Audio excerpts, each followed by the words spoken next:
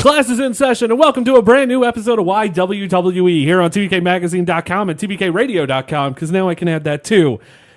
This is the show where my awesome wife and co-host, also co-host on SNS and co-host on this show, and she's on some other ones, learns all about professional wrestling, since she's a newbie into the world of the graps. Ashlee, how are you doing today? Don't ever say that again. It's what it's called on Twitter. It's called the graps.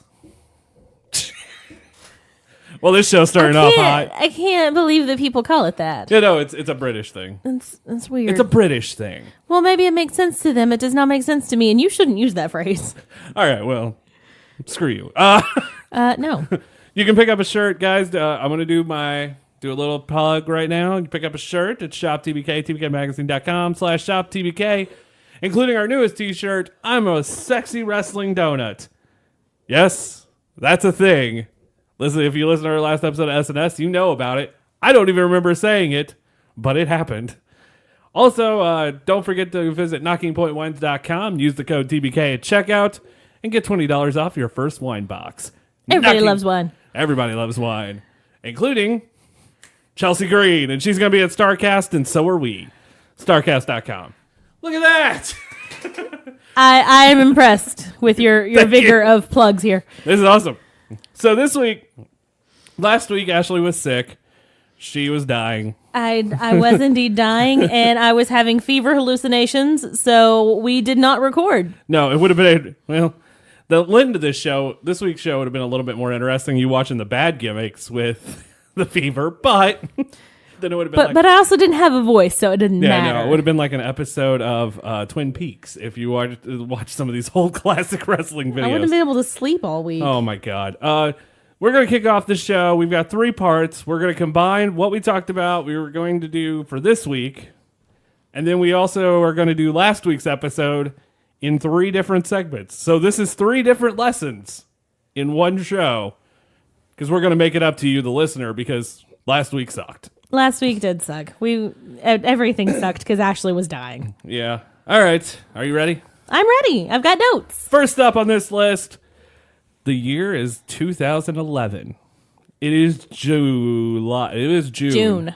It is June, and CM Punk delivers the best promo, maybe in WWE history. The infamous pipe bomb in the beginning of the Summer of Punk. So, this is where we are. This is your first time seeing the pipe bomb. You've heard stories. You've heard people talk about it. I think, hell, you probably heard Phil have a boner about it on SNS. A few times, and I never knew when or where it happened. You never showed it to me. I'm just kind of sitting here like, oh, I don't know this. But now you do. Now I do. Let's start. It's a little intense. Oh, my God. Well, how it happens is John Cena's wrestling R-Truth. Trying to figure out who has the better rap career. That's a thing. Look it up. Neither of them. Neither. I actually like the John Cena album. Of course you do. I need to listen to the Elias album. But you actually do. Have you listened to it? No. Oh, okay. I need to before Sunday. Okay, so R-Truth and John Cena are having a match. Punk comes out, ruins the match. Cena loses. Punk takes a microphone. Then Punk walks up stage, gets a microphone, and cuts this amazing promo, not just on Cena, but on the company. This is a breaking of the fourth wall that doesn't really happen that much. It happened a lot in the Attitude Era. Russo was very big on stuff like this. Okay. But because, and this was a WCW thing, if moments are so real when they're happening, fans are going to want to tune back in. Yeah. The idea is that you see this going on, but what's going on over here? It's a great concept to have, and some WWE shows have lost that. This is very true. So this promo is Punk just airing his gripes, which, I mean, are real, because, I mean, he even talked about that in the podcast with Colt Cabana, even. Yeah. So this is, I feel, a lot of what's on CM Punk's mind. This is when Punk says he is the best in the world. And I honestly, at that time, I don't know if anyone could argue that. No. Because New Japan wasn't on fire. He was the big thing before a lot of the big names that you see now. Well, I mean, okay. Cena was the guy, and I think everyone knew that, and they were building up to Cena Rock at WrestleMania 28, and that rubbed a lot of fans the wrong way, too. And that's because you already now know what your main event for WrestleMania is, and that means the WWE Champion is going to be nowhere near the top of the card. Which is sad. And we'll get to that. Like, we got to discuss a little bit more with Punk, even after what you watched, but... Yeah. So the promo, he even says hi to Colt Cabana. You got notes? I do have. Well, my only big note here is all of these promos and everything that we watched. I took down what Raw and what time. if people want to go back and watch them. Is. It's Raw number 944 from June the 27th, 2011, and the pipe bomb starts at 1 hour and 28 minutes. Seriously, how awesome is it? Really awesome. Because Ashlee has problems watching some of the old stuff. Ashlee does have problems watching some of the old stuff. And when she does watch some of it, she falls asleep. But I can tell you, throughout the entire segment that we watched of Punk, she stayed awake. And it was real late at night. And one of those promos from Punk's like 20 minutes. It was real late at night, and I was able to watch all of this. Because that's how good it was. It was very good. Punk can... Okay, so let's just say it now. Probably one of the best promos in wrestling history. Yeah. Maybe one of the best in-ring workers in wrestling history. Yeah. Yeah. So anything you want to take from the pipe bomb? Do you understand like where people are coming from with how good it is? I do understand where people are coming from how good it is, and I understand where he's coming from even now. Yeah, oh God. When you watch this now, it's like, oh my God. And he's saying kind of the same thing. This is you could just where we are. Yeah, you could just replace John Cena with Roman. And you could replace CM Punk with AJ Styles. And you're basically in the same spot. Yeah, you're in the same situation you were that long ago. But let me mention one small thing to you here. Yes. In wrestling timelines, anything that happened more than 7 years ago doesn't exist.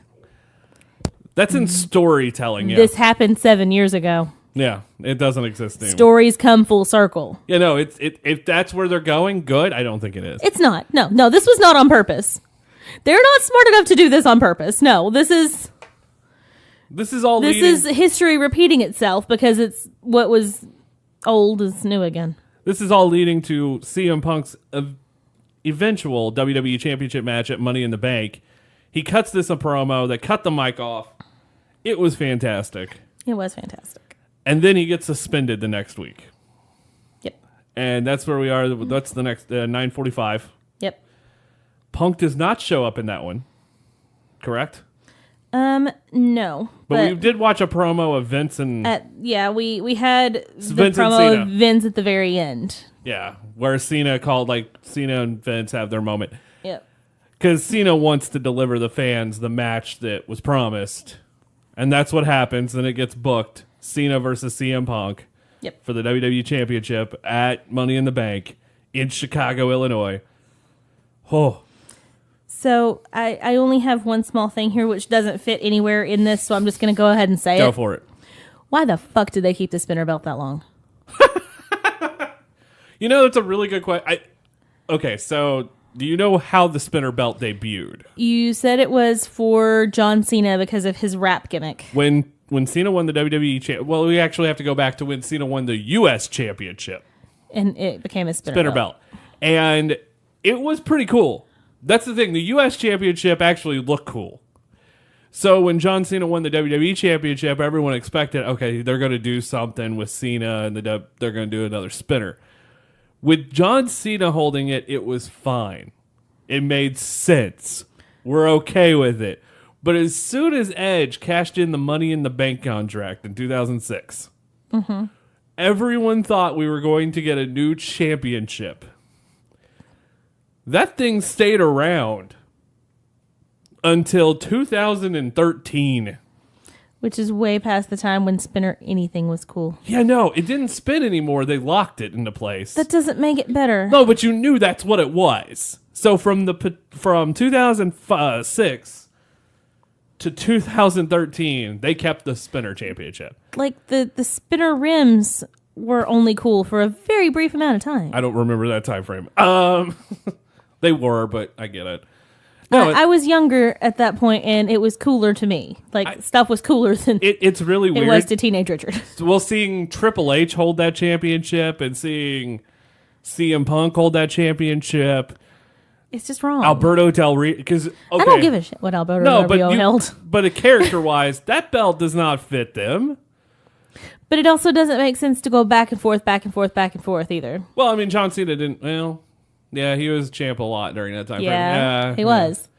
But yeah, so that's so you had to pick one and go with it, but they picked the wrong one. They could have let him have it for a little while, then just revert back to the normal championship. I still need to show you Edge's celebration. It spins. Yeah. Because they do the live sex celebration the next night on Raw, and he's like, "Oh, look, it spins and spun the championship." Then he put his logo in there instead of the WWE logo. He actually put the Edge logo, and I went, "If that's what they're gonna do, that's kind of awesome."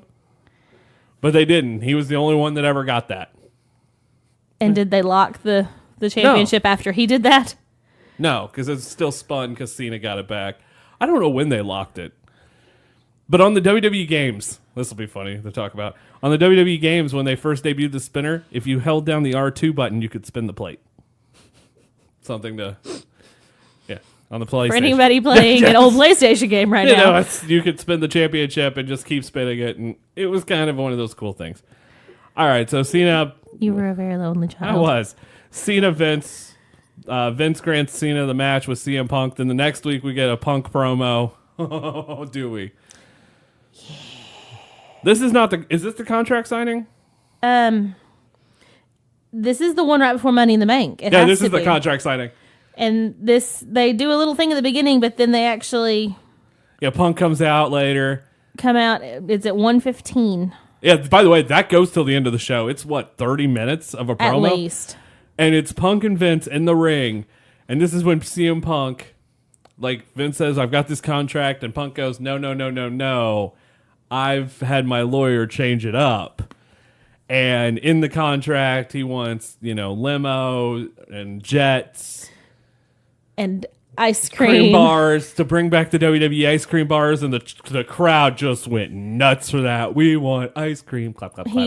He also called out treatment of some other talent here. Colt Cabana's listed and in Luke this. Gallows is and listed Luke in Gallows, this. Who's in? By the way, at this holy crap! At this point, Luke Gallows is in TNA. I think.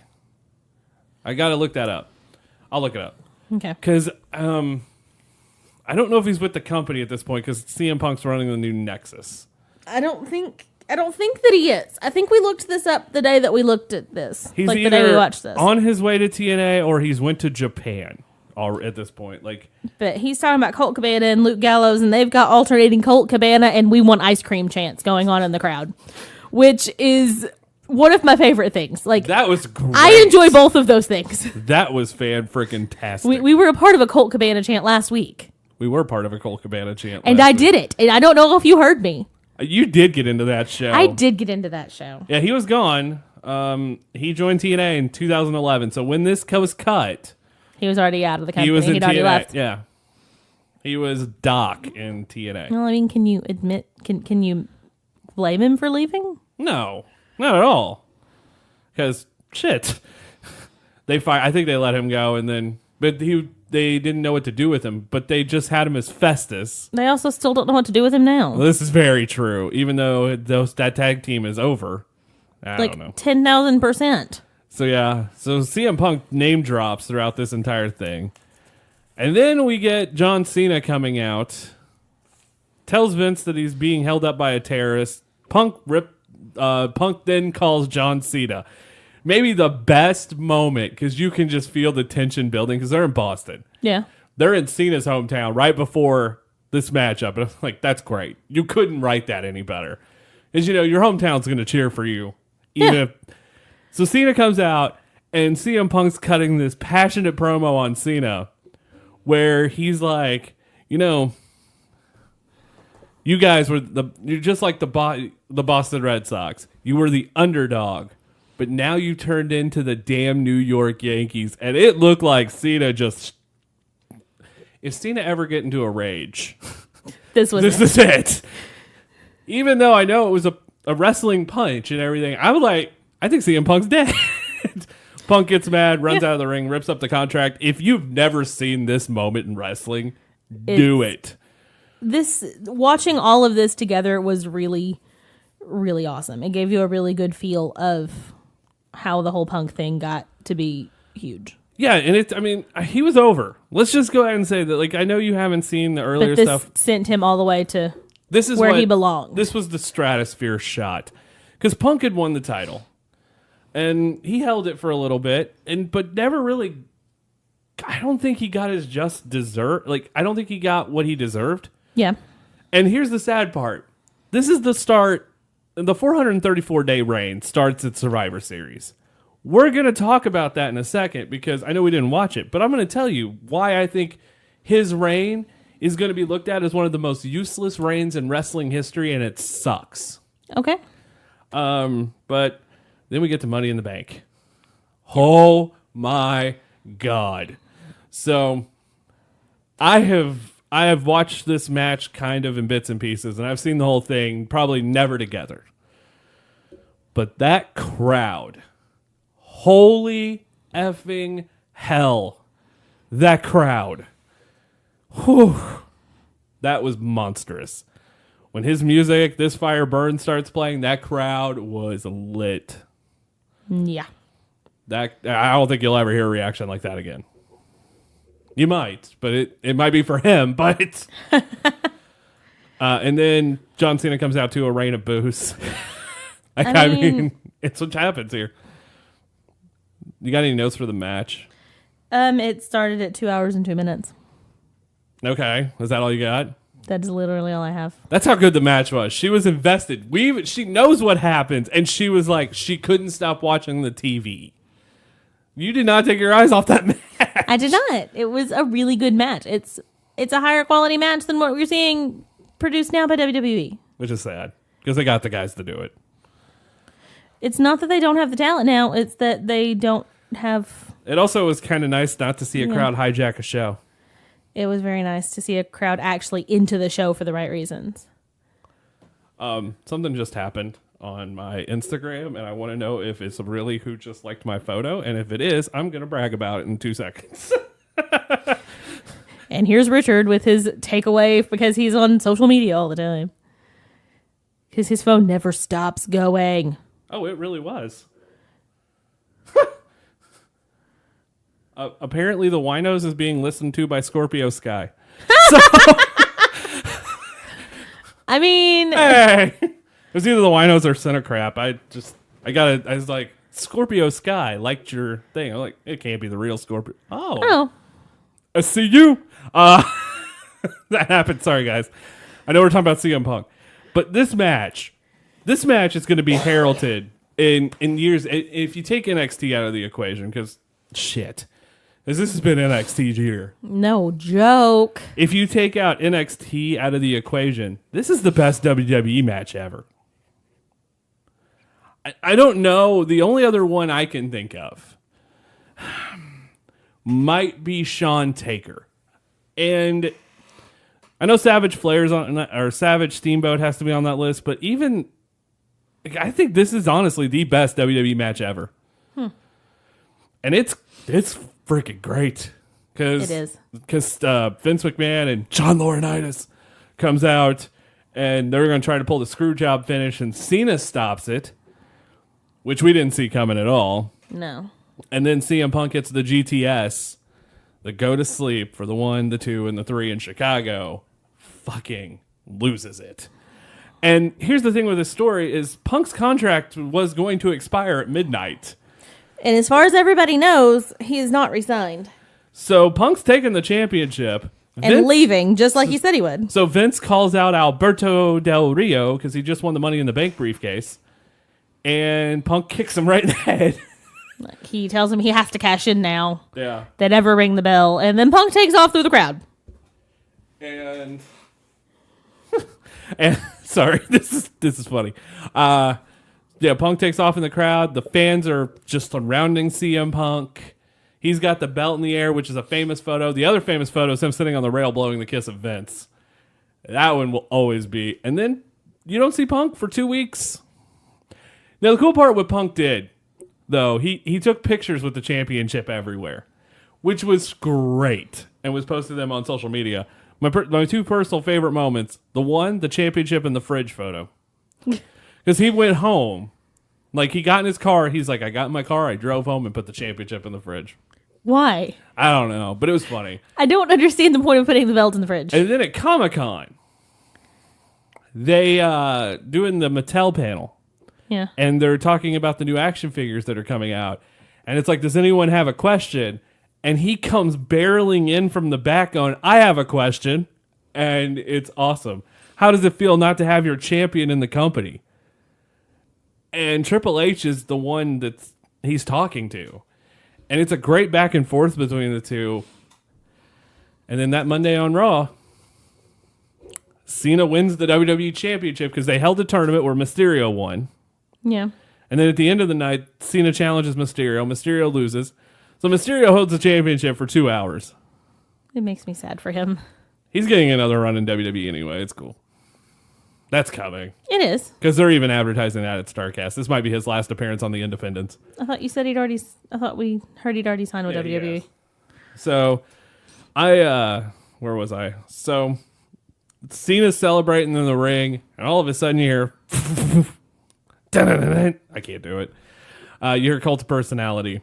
And Cena's looking around like, what the hell is happening? Everybody is super confused by this. Yeah, no. Even the announcers are confused. Cena's confused. See, I was confused at the beginning of this hearing Punk's old music. Yeah, no, because you've heard. Because I'd never heard it before. Because that's not what I equate with CM Punk, because that's not his music. Right. That's not his music. His music is Cult of Personality. And all of a sudden, the graphics on the Tron change, like CM Punk walks out, the graphics on the Tron change, and that entire place again erupts. And I feel Cult of Personality fits CM Punk so well. It does. So this is where Punk's title reign, they have the match at SummerSlam. Punk's title reign comes to an end because Punk beats Cena. Then Triple H and Kevin Nash screw Punk. Yeah, you heard that right. Kevin Nash. Why the fuck was Kevin Nash in this story in 2011? I will never know. I remember the promos the next night on Raw. They were funny, but Alberto Del Rio cashes in. Then we get Triple H, CM Punk at Night of Champions in September, which is kind of a letdown. Because I don't think Punk having that much fire off this storyline, I think they could have saved the Triple H story for a later date. Instead of just shotgunning it. Sometimes WWE doesn't know how to wait for things, and sometimes they make you wait too long. Well, it's the one... They're not great at timing. It's the hard thing to do when you have episodic television. Because you kind of have to move things along, though, to get people keep people interested. But if you move things too fast, it looks bad. If you move things too slow, it looks bad. You're kind of damned if you do, damned if you don't. But I think they could have held off on Triple H's story. Because, I do believe Triple H was kind of piggybacking off that a little bit. Yeah. Because that Punk was so hot at that time. His shirts were in Hot Topic. I mean, you saw the CM Punk shirt everywhere. That's how big this was. That promo, and I remember here reading fans that have been jaded from wrestling since WCW went out of business. That promo brought them back. They've continued to be fans, but that promo was the night it all changed. I was not watching Raw at that time. And I had to find it online the next day, and I watched it, and I went, I've got to tune in now. So, because of that promo, it brought... I was still a fan, but I was just reading stuff every week, because it got to a point where I just didn't care. Yeah. Kind of like now. It's going to take something like that to bring some people back. And I don't know that they'll do it. Well, that's one thing. And it's not that it's not possible. It is not that they do not have the people to make this happen. So, this is where things get a little dicey, and I don't really want to discuss it, but we're going to have to. CM Punk wins the WWE Championship. I want to say at Hell in a Cell. It might have been Survivor Series. At this point, it's. I know he wins it in 2011. Again. Yeah. And this is what kicks off the 434-day reign of Punk. Mm-hmm. Let me look up something. I think in that time frame, CM Punk may have only main evented one pay-per-view as champ. That's sad. Because I know, it's, I kid you not. Yeah, I'm going to look this up. Okay, so CM Punk is the WWE champion. Yes. He might have won it at TLC. Or, yeah, he might have won the championship at TLC. I might be wrong about that. So, let me make sure here before I want to know I get this right. You get that, right? Yeah, I understand. It might have been TLC. Yeah, okay. So, Punk's champion. Did it happen at Survivor Series? Yes, it happened at Survivor Series. Okay, so Punk wins the title. CM Punk is the WWE champion. So let's think about this. So January's the Rumble. So, that's going to be the main event. Yeah, that one is 100% understandable. Elimination Chamber is up next. Elimination Chamber, that's another one of those weird matches that should be the main event, but the champion's usually in it, right? The WWE Championship was defended in the Elimination Chamber match. Okay. It was the opener. What? CM Punk defeated Chris Jericho, Dolph Ziggler, Kofi Kingston, The Miz, and R-Truth. That sounds like a tremendous match, by the way. Why was that not the main event? I'll get to that. The other match, there's always two Elimination Chambers. No, I didn't. Okay, yeah, no, there's two. Usually Raw, SmackDown. Now it's men, women. Okay, see, my first Elimination Chamber was last year. Yeah. Well, and you saw this year's. Yeah, so there was two. Yeah. It's been men and women's is what I've seen. So here's what, and then they do the Elimination Chamber for the World Heavyweight title. Because remember, there's two championships. Yeah, two championships. Okay. Daniel Bryan's the champion at this time. And this is the middle of the show. Because it's Daniel Bryan, The Big Show, Cody Rhodes, The Great Khali, Santino Marella, and Wade Barrett. That one sounds slightly less good than the first one. The main event for that Elimination Chamber pay-per-view was John Cena and Kane in an ambulance match. That should have been the middle of the card. I forget that there's two Elimination Chamber matches. I'm okay then with one starting the show and one ending the show. By the way, this is also the storyline that involves Zack Ryder. So Zack Ryder, okay, so because of the Punk story, let's do an intertwine. So Punk's taken off, but never making the main event. Zack Ryder is the most over guy outside Punk. And Zack Ryder did it on his own. He had his own YouTube show, and sound familiar? Mm-hmm. He's got his own YouTube show called Long Island IC, and it was great. And it was fun, and he got over, and people were going woo woo woo, it. They were chanting it with him and everything. And then they killed his character pretty much in this time frame. They neutered it. They neutered him at this point because he got himself over, and it wasn't because of what they were doing. Which is, I'm afraid, something that we're falling into with Rusev now. Oh, yeah. So that happens. And this storyline actually involved that. Okay. So then... So, go ahead.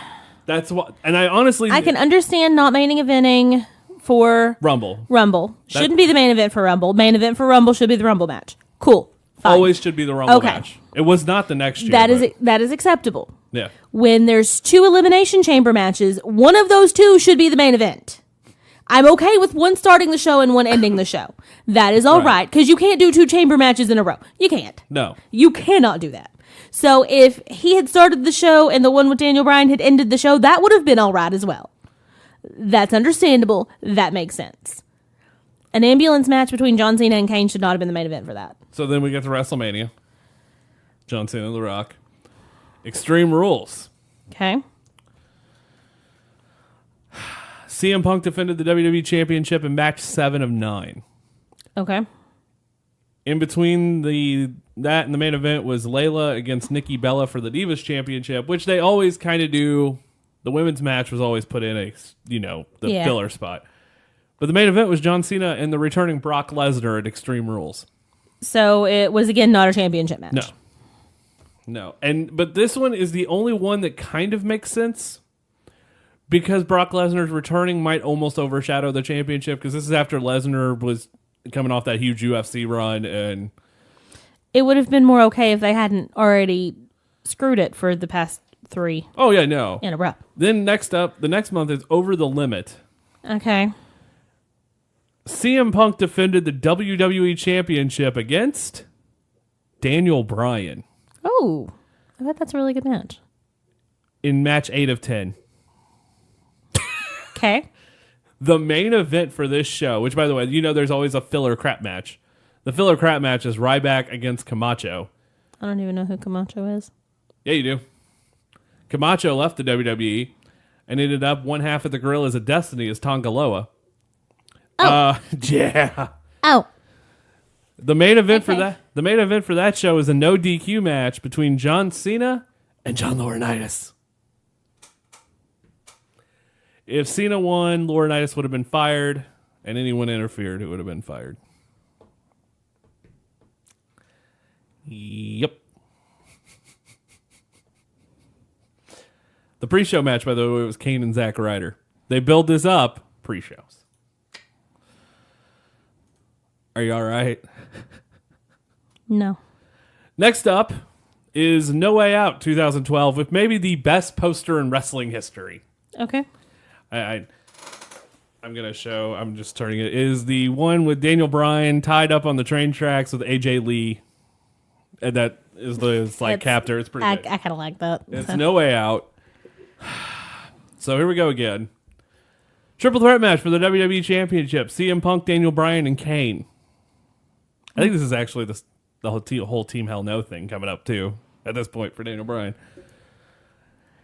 And, yeah. CM Punk was in the 8th match of 10.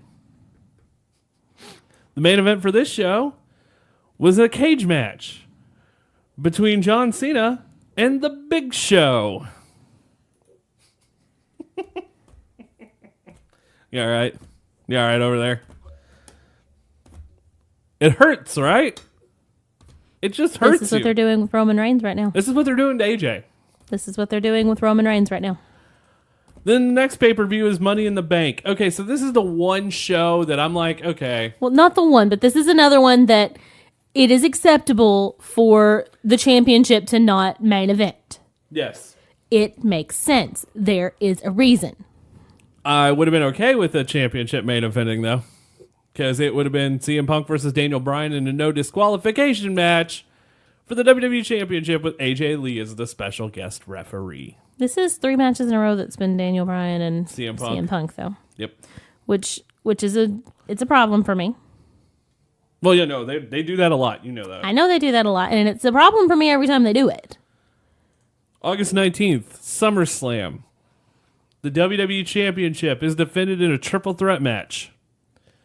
CM Punk defeats The Big Show and John Cena. Oh, so this one's not John Cena in the main event. No, because it's match 7 of 8. Mm-hmm. The main event's a no DQ match between Brock Lesnar and Triple H. Is this when Brock Lesnar's still making very sporadic appearances? Has he been a fixture for a little while? He shows up more often at this point. So it's not a big enough deal for it to have taken the spot. No. The first one, maybe. This one, no. No, the Extreme Rules one, I'm okay with to a point. But I still think the WWE Championship should have been the last match at WrestleMania. Because it was CM Punk and Chris Jericho. I can tell you who it was. Which seems like it would be a phenomenal match. And they were arguing over Punk's possible, dad's alcohol addiction. It was fan-fucking-tastic. I love that story. They actually took parts of CM Punk Raven from Ring of Honor. The next pay-per-view is Night of Champions. And guess who's in the main event finally? Punk? Yeah. It is now September. CM Punk's almost held the WWE Championship a year. And this is his first pay-per-view main event. How sad is that? His gripes, where he's like, he should have had the WrestleMania main event, is 100% true. This guy should have been, the WWE Championship should be main eventing the fucking pay-per-view. I don't. At least more often than not. And I know they have the world heavyweight title, but the brand split wasn't as dominant then. But it should have, like, you could do the back. Worst case scenario, you alternate who's the main event and who's the secondary main event. Like, that would be okay. I don't think there would have been a complaint there if you had alternated one with the other. Because it makes sense. Because they should be on basically the same level. This is actually in the middle of this. Go ahead. It's understandable. CM Punk has turned heel. He turned heel at Raw 1000 on The Rock. So we're getting a build to Cena Rock. Or Punk Rock. That's where we're going. But it's not until the Royal Rumble of 2013. Okay. So CM Punk and John Cena end in a draw. Of course. Hell in a Cell. Guess who's in the main event? John Cena. No, it's CM Punk. Oh, really? In a Hell in a Cell match against Ryback. Was Ryback ever a big enough thing to put him in this spot? They tried. They definitely That's not tried. what I asked. No, I mean, he was over. He was way over. This is the time where Ryback was really over. Like, I know you didn't get to see this side of Ryback. He was still pretty over when I started. Yeah. The Feed Me More chants were really big. Next up, Survivor Series. He's in the main event. Triple threat for the WWE Championship. It's CM Punk defeated John Cena and Ryback, and this is when you get the debut of The Shield. Okay. 2013 TLC, he's not in the main event. Okay. Why the hell not? He's not even on the show. Was he hurt? What the shit? There's no WWE Championship match. I wonder if I think at this point they may have already announced that he was taking on The Rock at Royal Rumble. So they may just wanted to save that. Because the main event for this show is Dolph Ziggler versus John Cena in a ladder match for the World Heavyweight Championship Money in the Bank contract. Dolph Ziggler won.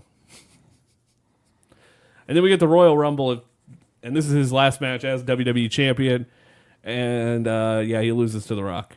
Of course he loses to The Rock. And then they main event the next month as well. And that's the end of CM Punk ever main eventing. They main event Elimination Chamber.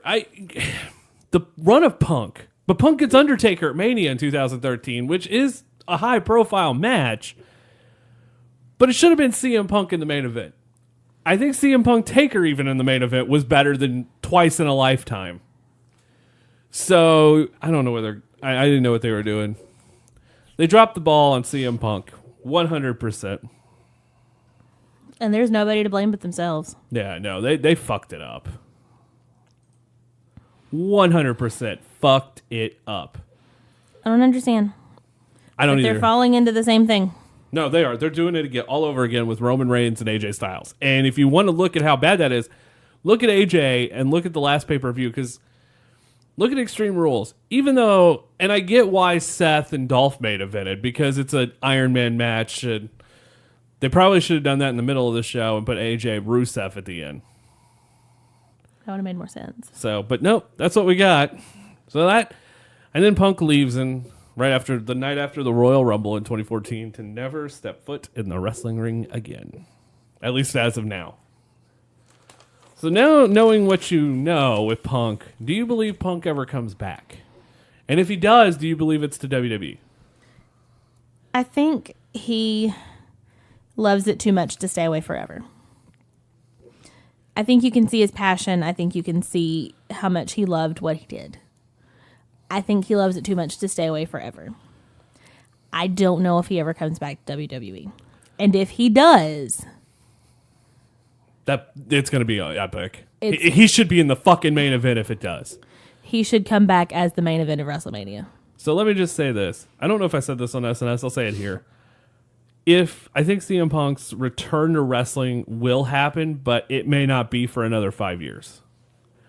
I think CM Punk's going to start doing appearances, and each appearance is going to add like a little bit of fuel to the fire to where eventually it becomes a raging inferno.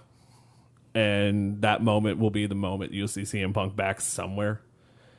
I do know that, and this is news, but Ring of Honor has sent out feelers to Punk for Madison Square Garden.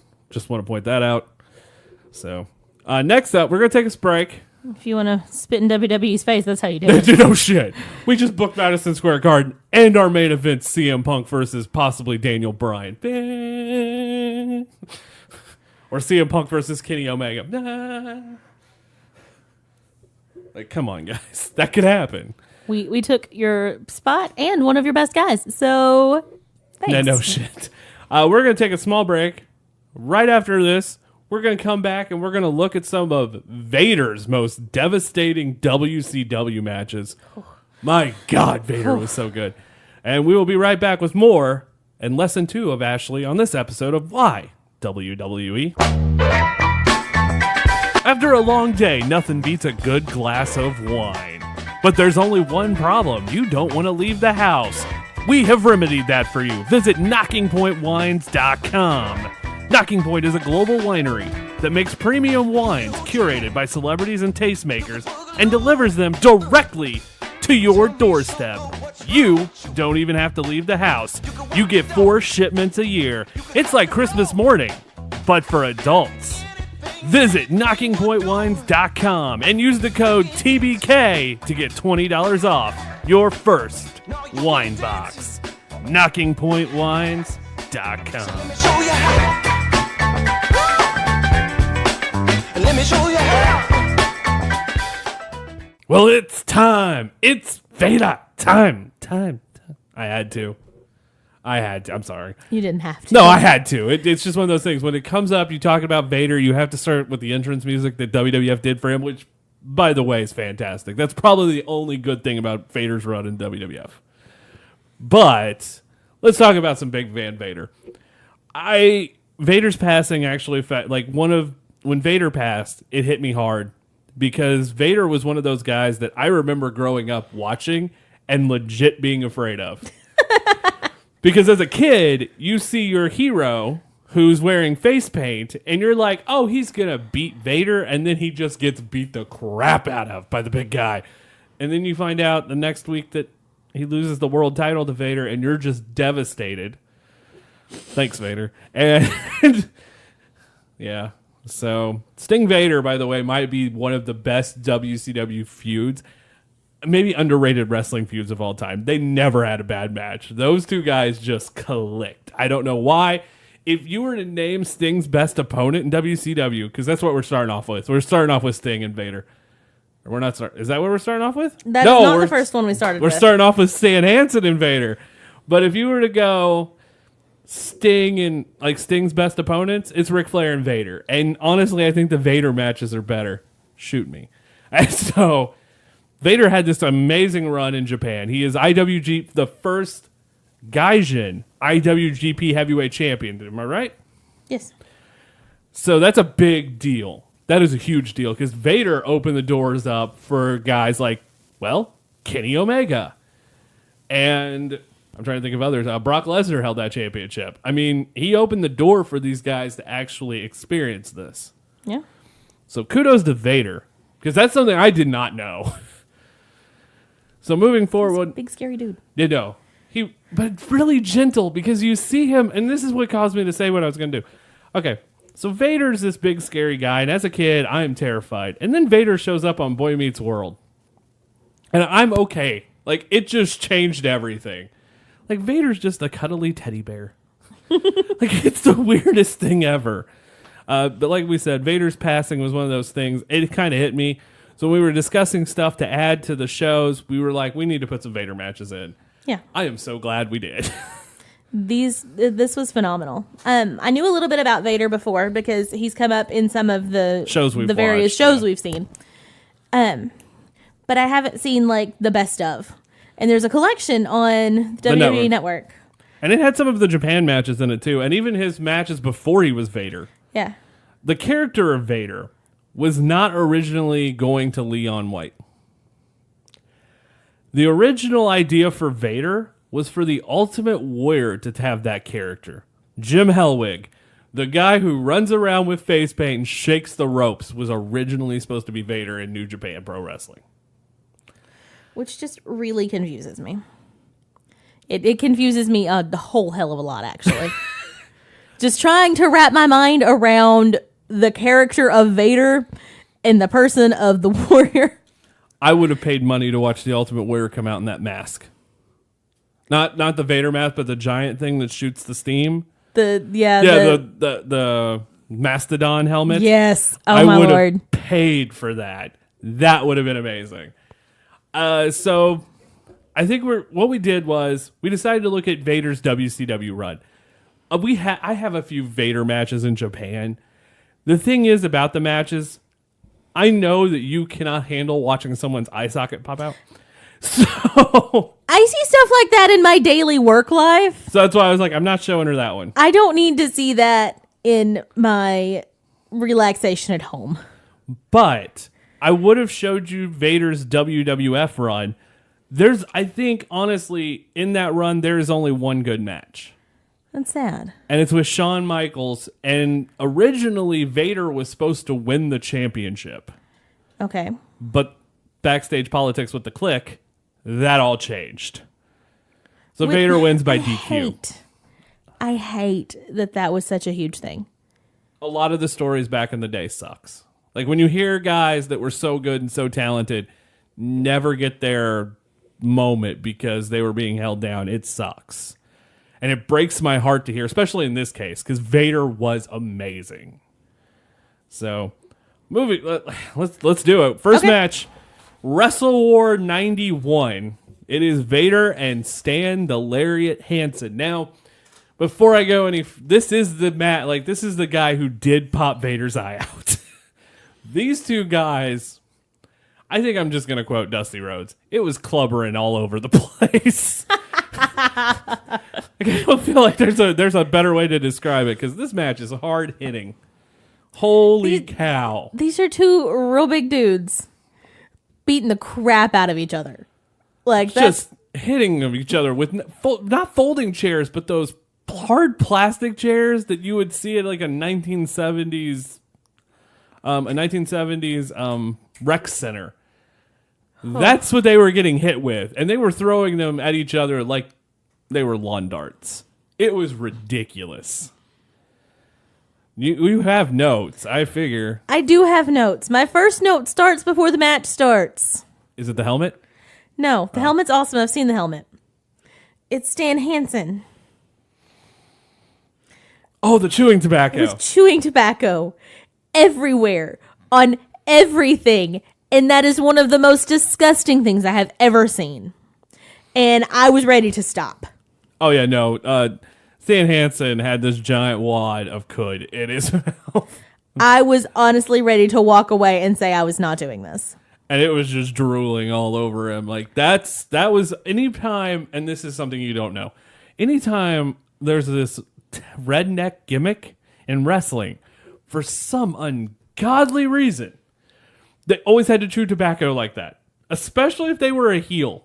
I don't get it. I never got it. There was them, it was him, there was another one, and there was Skinner. And the alligator wrestler. I don't know anything about that. No, we got to talk about that at some point. Skinner chewed tobacco. There was a few of the rednecky guys that did it. Redneck characters, so. Go ahead. That was me immediately wanting to stop and give up on this match. Regardless of how good it was going to be, that was the end of me. She was done. She's not a Stan Hansen I was done. No, I'm not. He's in No Holds Barred. It is fantastic. And then just catapulting chairs at each other is absolutely ridiculous. Oh, these two guys are in no way, shape, or form It's safe. just a slugfest for 10 minutes. It's just them beating the piss out of each other. And then they were beating the crap out of each other behind the commentary team. To the point that you feel bad for the commentary team. Oh, Jim Ross. And was it Jesse Ventura or was it Dusty? I think it was Dusty. Whoever it was with Jim Ross. Based on the phrase that I have listed that somebody said on commentary, I'm going with it's Dusty. All right, go ahead. You ain't just a bird dogging it. It might have been JR. It might have been JR, but that might have been. No, it's Dusty. It's Dusty. I'm pretty sure JR. it's Dusty. Yeah, that was crazy. That match was absolutely nuts, hands down. Nobody wins, by the way, right? Like there is no winner. They just threw it out. Yeah. The ref got knocked out. That's what it was. The ref got knocked out. Threw the match out. Then they fought into the back. Yep. each one of them was pulling the other with the bull rope all the way back to the entrance. And I don't think WCW ever did that match again. And I went, that could have been a hell of a match at the Great American Bash 91. Could have been a hell of a feud because they have history. They have history, and WCW wasn't all about burying history because it didn't happen here. It didn't happen at all. No, because they do reference everywhere else. And even JR Which said... I greatly appreciate. When Vader's having the match Cactus, and they say he's a 3-time champ, and I'm like, what? Because remember he's saying it, Yeah. that's when I found out he was the IWGP champion. Next up, because honestly, if you guys are going to watch these, you should just go out of your way to watch these matches anyway. Next up is Vader and Sting. Yep. Great American Bash 1992. Yep. Sting we covered this show before this. So Sting defeats Lex Luger. Mm-hmm. We go through War Games. By the way, Sting does not main event a pay-per-view. I want to point this out. Weird statistic, I know, coming out of all this, right? The only pay-per-view Sting is a main eventer of his world title run is the War Games match in 92. That's weird. It is weird. But, because this match didn't main event this show, it was a tag title match. They did a tag tournament, so it's... It makes a little more sense if it's the end of a tournament. But, yeah, we get this match, and my God, this was, again, really fucking good. And you are correct. These guys just click.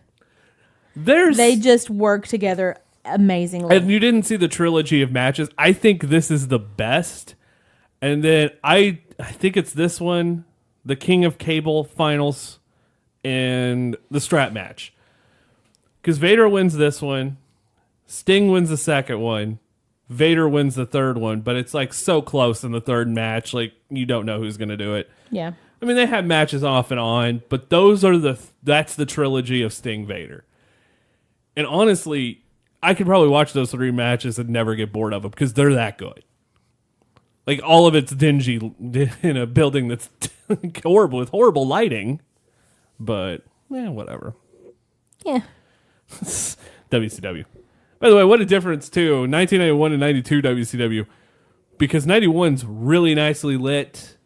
Everything looks nice. You get to 92, it looks like a snuff film. Like, it's bad. That's what you run into going back and forth with stuff in the old...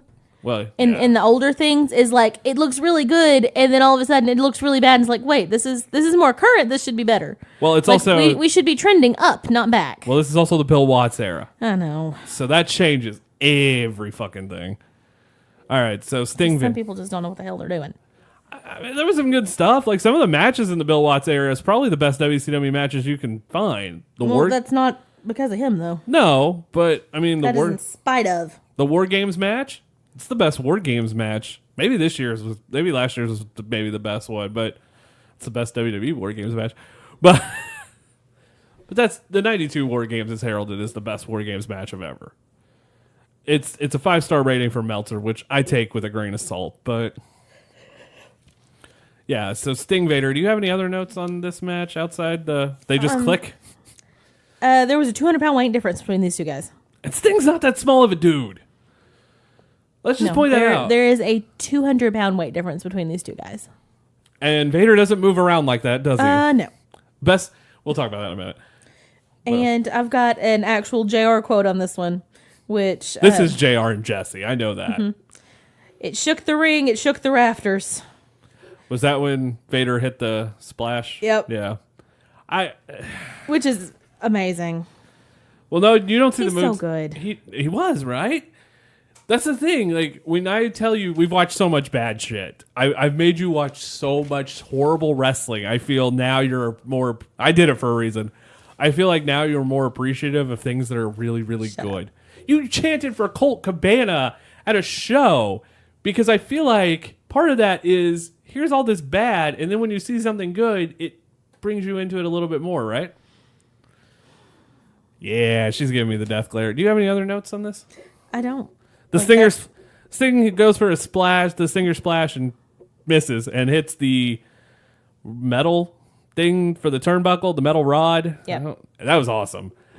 And Vader wins the WCW World Heavyweight Champion. However, Vader's run as champion is a transitional champion. Mm-hmm. Because in just a few short weeks later, and I think it may be a month later, I don't know how long, Vader loses to Ron Simmons. And I wish that match was on the network. It's not. It might be now. It might be in the WCW Saturday Night Run. But my God, the crowd for that moment is unbelievable, and Vader was part of that. So you can see someone. It's a moment in history. Yeah, you can see somebody in the background just jumping up and down like crazy. Like they couldn't stop. So we're moving on to our next Vader match, which I do believe is spin the wheel, make the deal. It is Texas Death Match.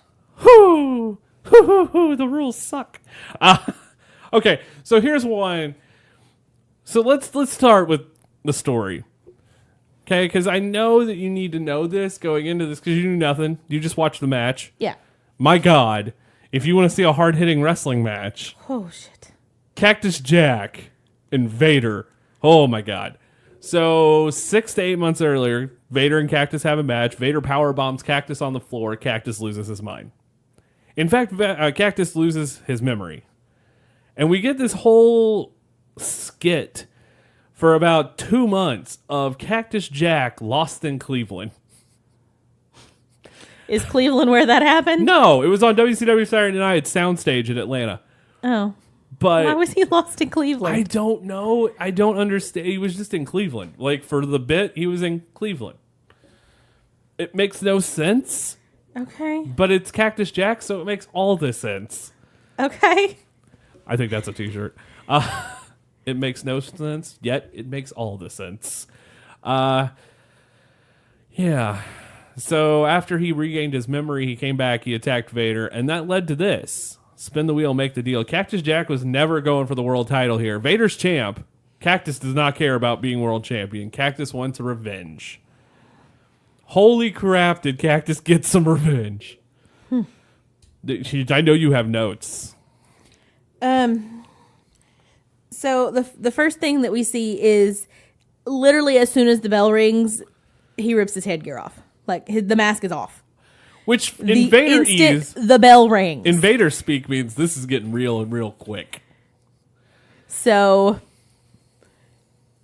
bell rings, he rips it off. He's going after Cactus. Like this is Vader bleeds in this match, right? He does. That's one reason why I feel like the mask also came off This is early. super intense, and he is not pulling punches. Okay, so Vader He's literally beating the shit out of Cactus Jack. I don't know you can see it. I don't know if anyone notices this. Because, I mean, Cactus is nuts anyway. He's going to tell people to hit him harder than anyone else. Yeah, he does more than he should. Vader is the first guy that I can remember ever see wearing those MMA-style gloves where the fingers are cut out, but they've got some padding. Vader's the first guy I've ever seen to wear those. Yeah. Undertaker wore those later on in his career. Because Undertaker hits hard. I mean, that's something that a lot of people have talked about. Mm-hmm. So for Undertaker to hit you, he was wearing those so he could hit harder. Vader's the first guy I've ever seen to do it. Yeah. It looked good. It looked really good. Because every time he hit Cactus, I winced. Like, I thought Cactus was going to die like 6 or 7 times in this match. Like a lot of times when you see someone, especially if they film it up close and they're just repetitively punching someone, you're like, eh. You know what I mean when I say that. Yeah. Like, it looks shitty. I can name a few people who can't throw a punch in wrestling. It looks shitty. Vader is not one of those. Sting is one of those, though. Yes. Vader is not one of those. No, Vader just threw his arm. It's just a clubbing, just bam. Like, what the hell? You could actually see those connecting with Cactus on some of these up close shots, and it's like you're letting him beat the crap out of you. You are letting him beat the crap out of you because you are a crazy dude. And it worked. It did work. God. This match is super short too. It's 15 minutes or 16 minutes. But it's 16 super intense minutes. Yeah, it's 16 minutes where you're like, well, I'm all right with this. And at one point, Cactus gets a cactus. So it's Halloween Havoc. So the set, this is the first year I think they've really done the Halloween set. the wheels behind them, but there's tombstones. And it's starting to get that. We're going to go somewhat cheesy now with our Halloween Havoc sets. Because that's one of my favorite sets I ever did. Yeah. And it was fan-frickin-tastic to see the tombstones get used, the cactus that was up in the background, them falling in the open grave. Yep. On the ramp was pretty awesome. Just those little nuances, because you would never get that at any other pay-per-view. It's like we watched something for the next segment, and how good that set was, you don't ever get that at another pay-per-view. And WCW sets were interactive, because anytime they went back, they're getting used. And we've seen that in that Nasty Boys match. Yeah, where they beat each other with inflatables, yeah. Yeah. So, yeah, Cactus hits Vader with a cactus. Which is just great. And Tony Schiavone is the happiest man on the planet when this happens. Cactus has a cactus! I have that written down as well. I love Tony Schiavone. I have a problem getting distracted by commentary. Because sometimes it's so good, you're like, okay, especially in WCW where I'm going to say it, at this point in time, the head announcer of WWE, besides Gorilla, because Gorilla worked well with Bobby, but Bobby's gone. Mm-hmm. The lead announcer was starting to become Vince. And I like Vince to a point. I do not care for Vince McMahon on commentary. I do not care for it at all. Because you don't like hearing, what a maneuver! No, I don't. And when you listen to old stuff from especially WCW, you learn things. Yeah, because you got You learn things. They are teaching you stuff. And you can understand what's going on by listening to the commentary. It's more of a sports type commentary where you can understand what's happening without actually watching it. Schiavone was so good at this time. Like, I think this is especially when we get to our next match. Like, I think Schiavone is on his A game for the match that's coming up. But, yeah. What other notes do you have? That is all my notes on this match. Yeah, you couldn't watch So the rules of this match was kind of stupid. It is a last man standing match, but the guy got, you pin him, you get a 30-second rest period, and then they couldn't get up for a 10 count, it was over. Yeah. And the 30-second rest period was like 11 seconds. And we were timing it, and it was not 30 seconds of a rest period. To quote the Pritchard show, to quote something to wrestle, it was Titan time. Like, it was ridiculously timed out. Like, the last one was 30 seconds, but every one before that was like 8. Yeah. It was fantastic. Of course, that was the whole concept itself was real dumb. Like, it should have just been a last man standing. I feel like all they were doing was trying to draw out the match because I guess they thought the guys were going to get worn out too quick and it wouldn't be long enough. Maybe they didn't know if they could go that long without a break. This match could have went on another 20 minutes. It took away the rest hold. Like, I don't understand the point of pin 'em, get a 30-second break. Count to 10. But eventually Vader did win after he hit a DDT on the rampway. And then Harley Race attacked Jack with a stun gun, and the ref didn't see Jack get to his feet. That's how it ends. Yeah. It's kind of a screwy finish, but it makes a lot of sense where they're going in the story, because Cactus was never going to get the championship. Plus, the story's not about that at this point. The story's about Ric Flair and Vader. And that's our next match. It is Ric Flair and Vader from Starrcade 93. Yep. We talk about Vader as...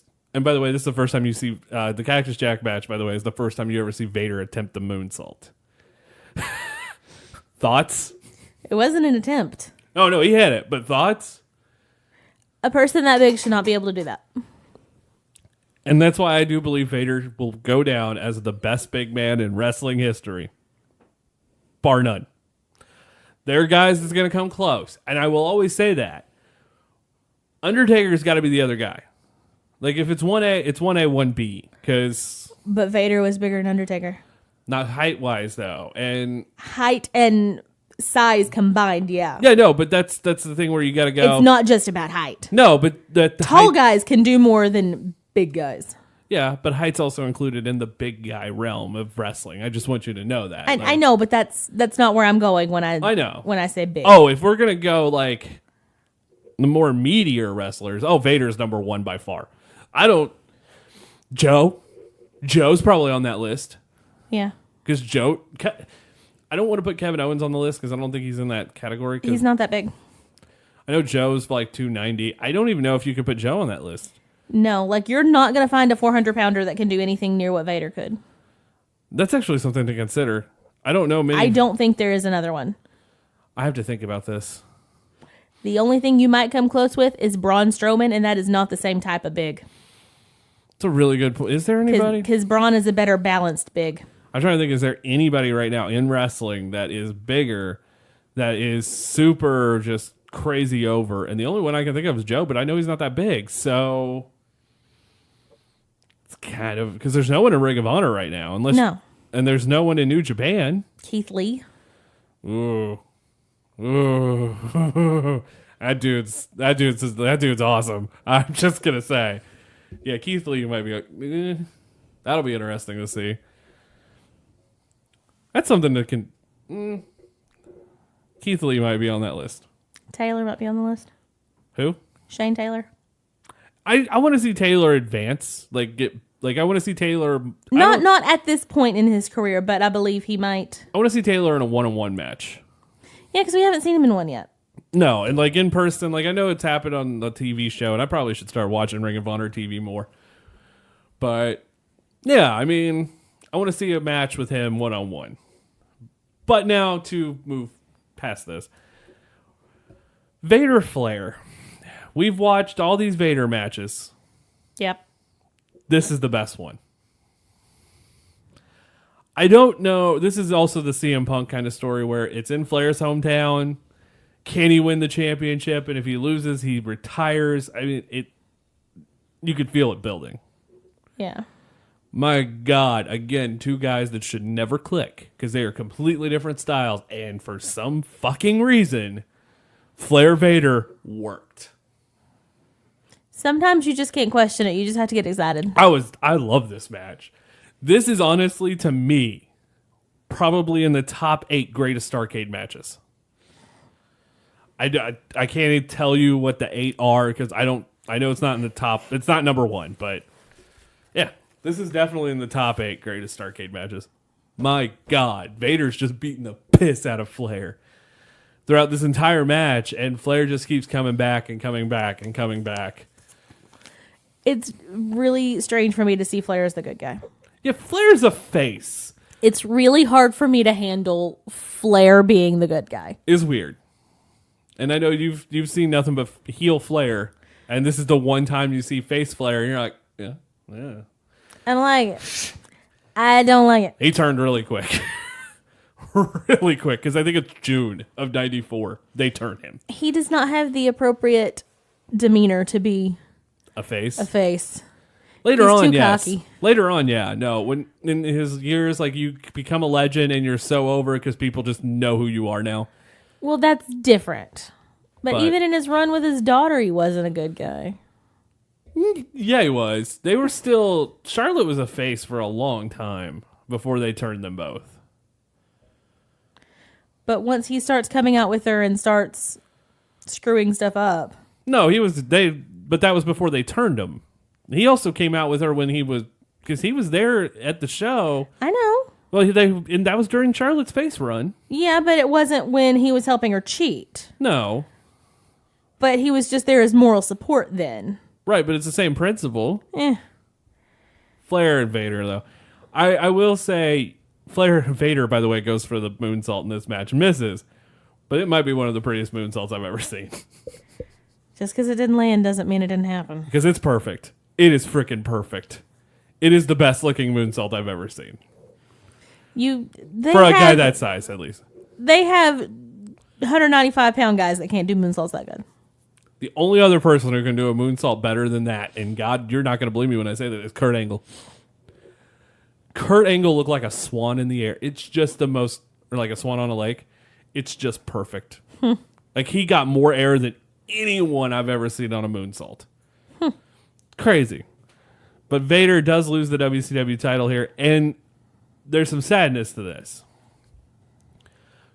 Vader's WCW run does not end here. It ends in 95. He leaves right around War Games, because he's supposed to be in War Games, and he's not. That's when he walked out of the company. He kind of got screwed over. So we move on to Vader. Vader Flair have a rematch, of course, because but it's as you do. And then Vader falls down the card and it starts having matches with Big Bubba Rogers and guys like that, and who's the Big Boss Man. But eventually, Vader finds his way to Hulk Hogan. Yep. And Hogan wins the WCW title in '94 from Flair. At this point, Vader's an afterthought. And it sucks because Vader is so good. Vader Hogan did not click. I think there's a lot of people that didn't click with Hogan, though. Oh, no, I agree with that. But Vader Hogan just did not click. And I think they did it at 3 straight pay-per-views in '95. They did it at Super Brawl, Uncensored, and the Great. They might have done it. They might have done it more. Might have done it 4. They might have done a tag match, too. But I know the last one was at Bash at the Beach, on the beach, in the cage. Yeah. So Vader's WCW run, as hot as it starts, just kind of fizzles out. And his WWF run, as hot as it should have been, never really got going. And it's sad to think about that because Vader was so good. He just came in at the wrong time. Vader would be, by the way, if Vader comes in, even say now, because, a guy that size doing that. You're headed straight to the top. Vader's champion. Vader's champion anywhere he goes. He was then, though, too. He was champion in New Japan and WCW, and he should have been WWF champion, but no. Oh, well. He came in at the wrong time when it was more about politics than about talent. Oh, no, it was. This is also after the steroids era, and and that guy never took them. No. I think Vader is going to go down as the best big guy ever. I also think that I'm still upset the WWE didn't put him in the Hall of Fame. Now, granted, it's the WWE Hall of Fame. It's not an actual physical Hall of Fame, but it's just the honor. He should have been there. I really think that he was on the list within the next 3 years. He should have got put in there last year. He should have. So I don't know what's going to happen there. I figure he'll get inducted eventually. It won't be this year now, because that would be mean. I think it might be, but it's going to be that induction that's going to be uncomfortable. But his son seems to be a pretty awesome guy because he keeps posting pictures of Vader he finds on Twitter. And you find these pictures where you see him as a completely different person, and it is fantastic. My favorite tweets, though, when Vader passed, you saw the wrestling world come together and was just mourning. But the best one might have been from Will Friedle. And that is the dude who played Eric Matthews on Boy Meets World. And he talked about how much Vader taught him about being a man. Aww. And I was like, whoa. And it's really long. It's you could probably find it. But, when people type it out and they'll screen capture it and then post it, that's what they did. So Vader's legacy is going to be... I think Vader's legacy is not tarnished at all. No. I think it's going to be one of the best ones. I think he carried WCW at a really bad time for the company. He did. And he did so much. So much. He did. He put over Ron Simmons to give that moment. He built Sting. Sting built him. So many Vader moments. So many Vader moments that you can go back on and look at and go, that was awesome. And it's only going to be that way forever because Vader matches hold up to now. And those are almost 20. Those are over 20 years old now. Yeah. They still hold up. Which is crazy to think about. A match that old still being that good. Well, and I think we both can say that the life of Vader was an awesome one for us as fans to see. And kind of feel when you grow up with someone and they pass away, you feel like part of your family's gone too. So as a fan, that broke my heart. Much love to his family, what they're going through. Even though it's been a month, it's still not easy to get over a loss like that. So we're going to take a break. Next up, Ashlee's just going to ask about bad gimmicks. She looked up one she wanted to know about. Why the hell not? We'll be right back with more of YWWE. After a long day, nothing beats a good glass of wine. But there's only one problem. You don't want to leave the house. We have remedied that for you. Visit KnockingPointWines.com. Knocking Point is a global winery that makes premium wines curated by celebrities and tastemakers and delivers them directly to your doorstep. You don't even have to leave the house. You get 4 shipments a year. It's like Christmas morning, but for adults. Visit KnockingPointWines.com and use the code TBK to get $20 off your first wine box. KnockingPointWines.com. Let me show you how. All right, so things got real for a moment, but we're back, and it's time to have a little fun. With StarCast coming up, we figured it would be nice to talk about things we don't wanted to see at StarCast, and all in. And next week we're doing terrible gimmick batches, but this week where's the terrible gimmicks? So Ashlee looked up one she wants to know why. So this is what we're gonna call wrestling's what the fuck. So this is not the first one. Oh, this is the first one, but this will not be the last one. Trust me, because you can do plenty of these. All right, just fire one off at me. You have a whole list of them. I do. Well, the one that we said that we were definitely going to cover, I guess, is the easiest place to start. Dungeon of Doom. The Dungeon of Doom. Hogan, when you come over, I will beat you over the 4 oceans. Or the 4 seas and the 7 oceans. What? No, it's a promo. Just run with it. The Dungeon of Doom started as a way to end Hulkamania. And it was because I think it really started with Kevin Sullivan's brother, Evad. Or Dave. No. Evad? Yeah, it was Evad Sullivan. And then they called him Dave. It was great. But I think it all started from that. Okay. Because Kevin Sullivan hated that he was a Hulkamaniac and not a fan of his. Okay. And joining the Dungeon of Doom would be the Zodiac, who was Ed Leslie. We'll probably cover him a couple of times on this. The Shark, who was Earthquake. Ming, who is known as Haku. The Giant, who we all know as the Big Show. My personal favorite, Kevin Sullivan, of course. And my personal favorite of the entire Dungeon of Doom, the Barbarian's in that as well. My personal favorite in the Dungeon of Doom, the Yeti. Who is a mummy, correct? Yes, who is a mummy. So whoever... Okay. Wait, there's more. There's a list of Dungeon of Doom members that I forgot about. Oh. This is how we go. Hold on. Okay. Kamala. Okay. Shark, Zodiac. Apparently Vader was in the dungeon. Poor Vader. The Giant. Uh-huh. Ming. Yeah. The Yeti. Yeah. Jimmy Hart. Okay. The Barbarian. Okay. Max Muscle. Max Muscle. Big Bubba, who was the boss man. Yeah. Braun the Leprechaun. What? Who was also known as Sergeant Buddy Lee Parker. And trained a lot of the guys at the WCW power plant. Yeah. And they're still doing this on the indies.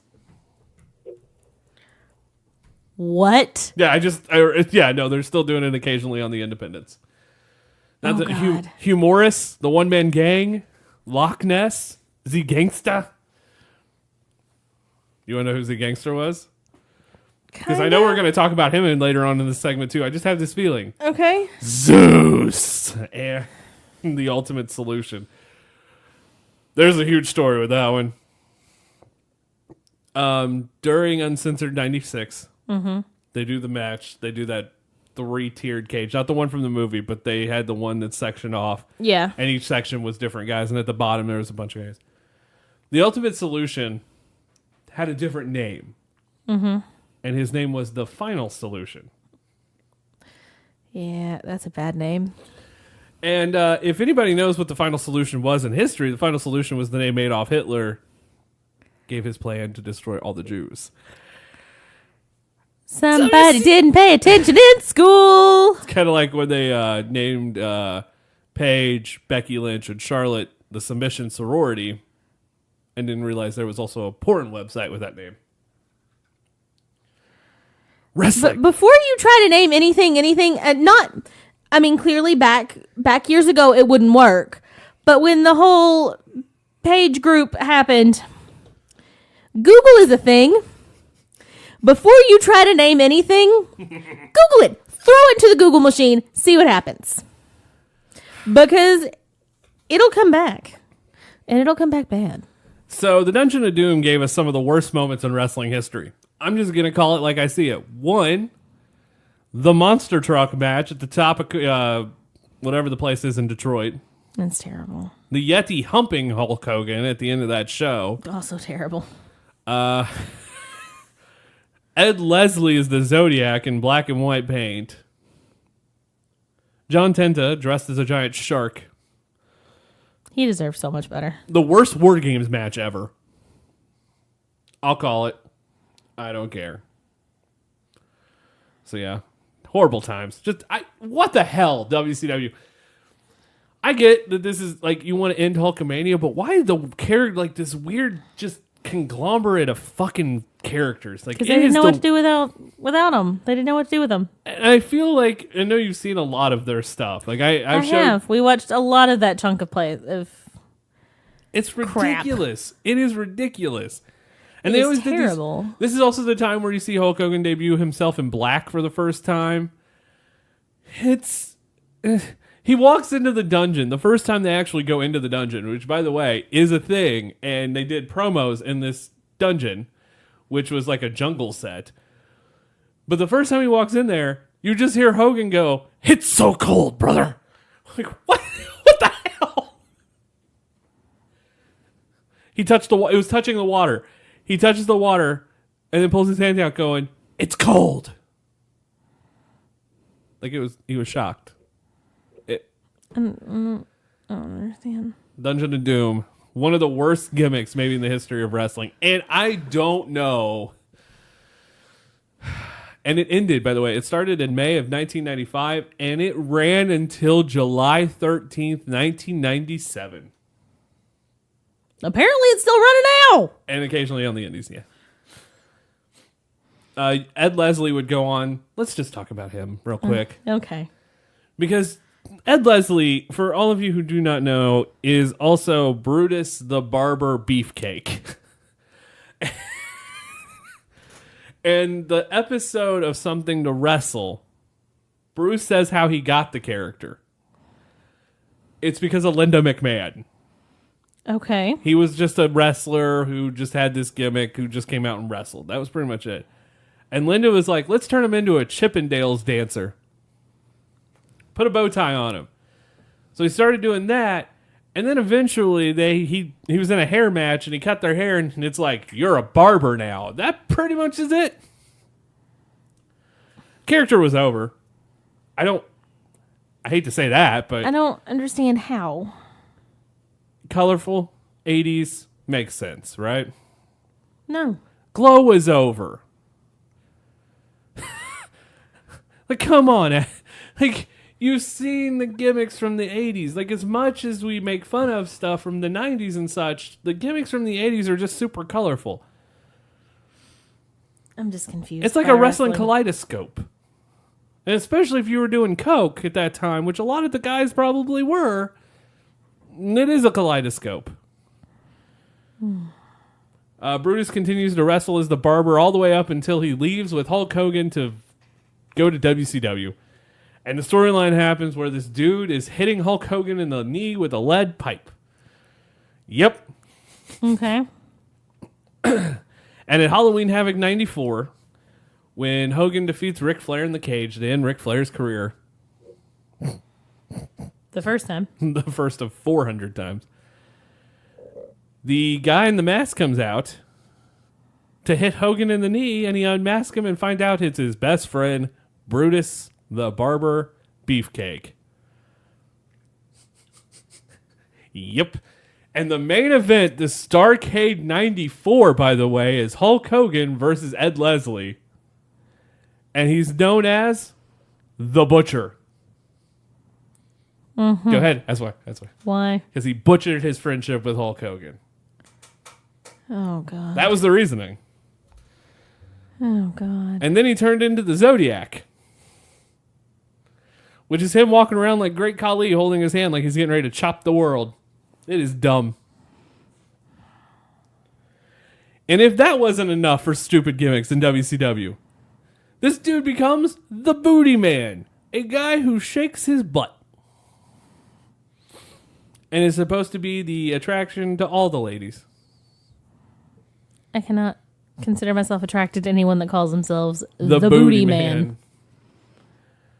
And if that wasn't enough, he grows out a beard and long hair and joins the New World Order as the Disciple.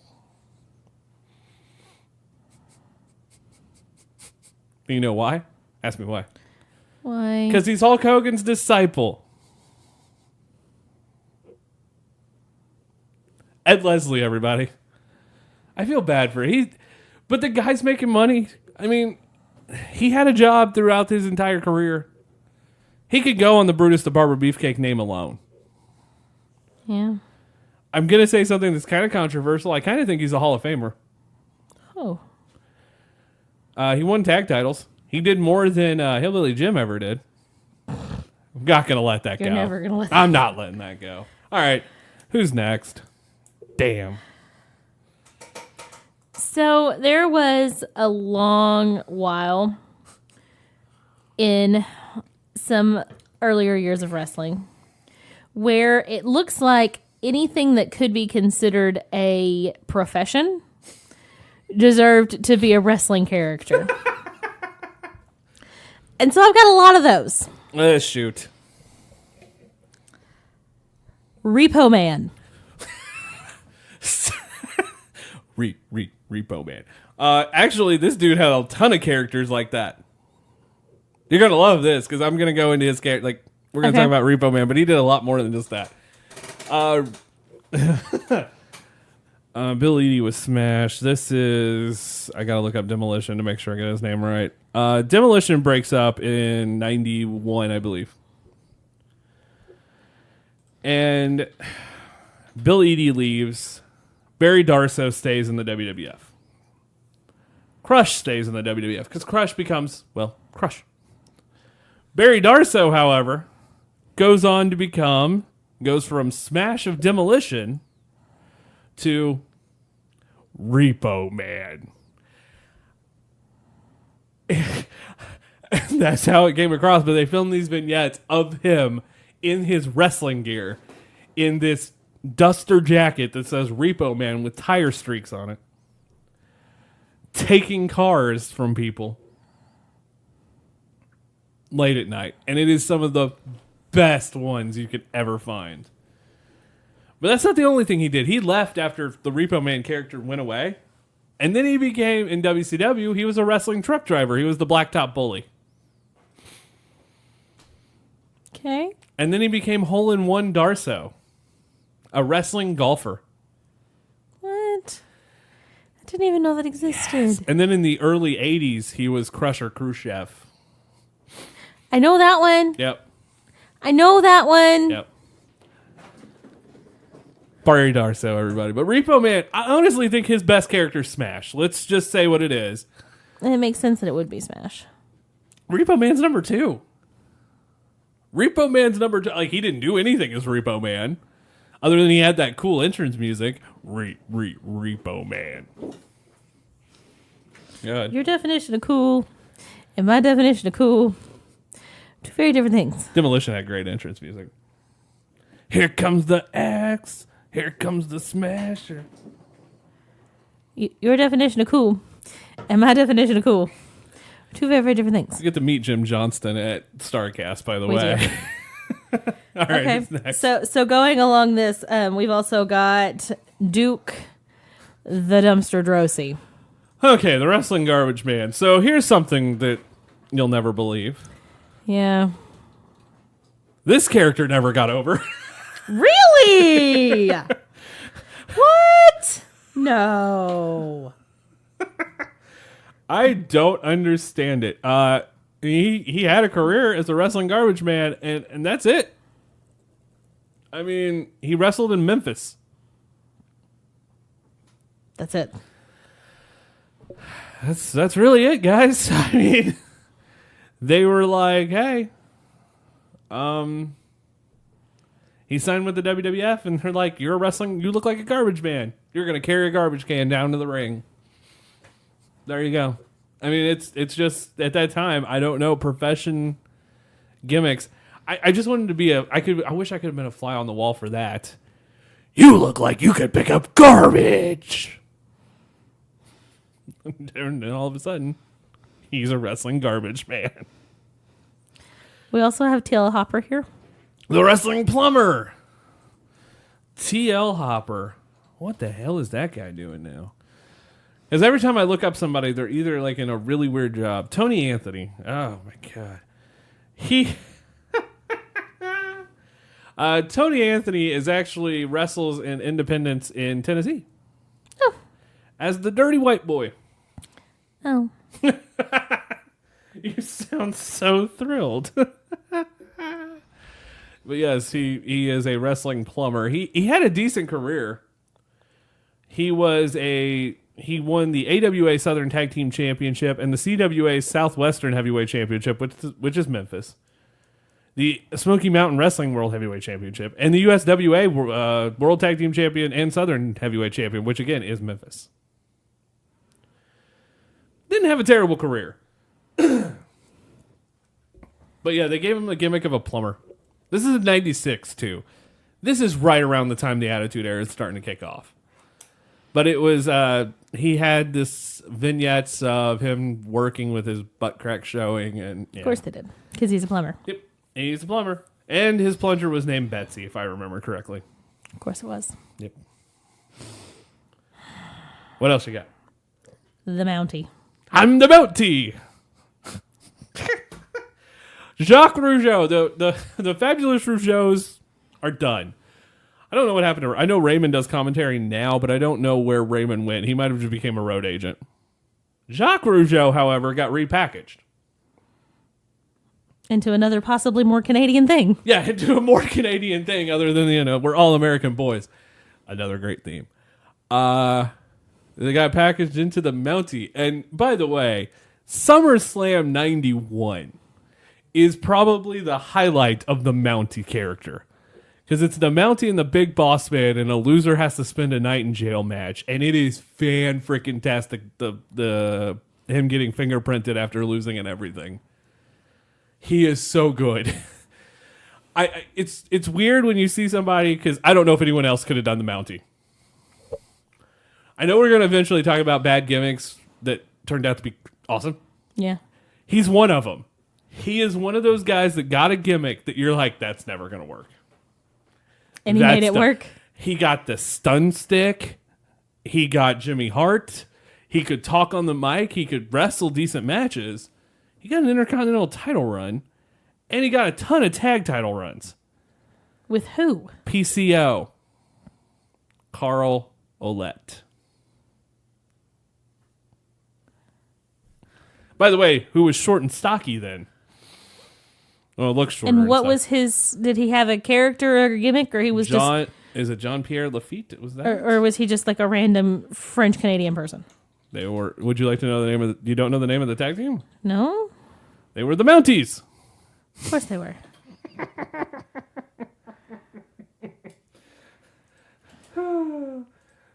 PCO. If you don't, they were known as the Quebecers. My bad. But yes, they were the PCO had a hell of a run in WWF. Holy crap. But yeah. Okay. Jacques and Pierre. Yep.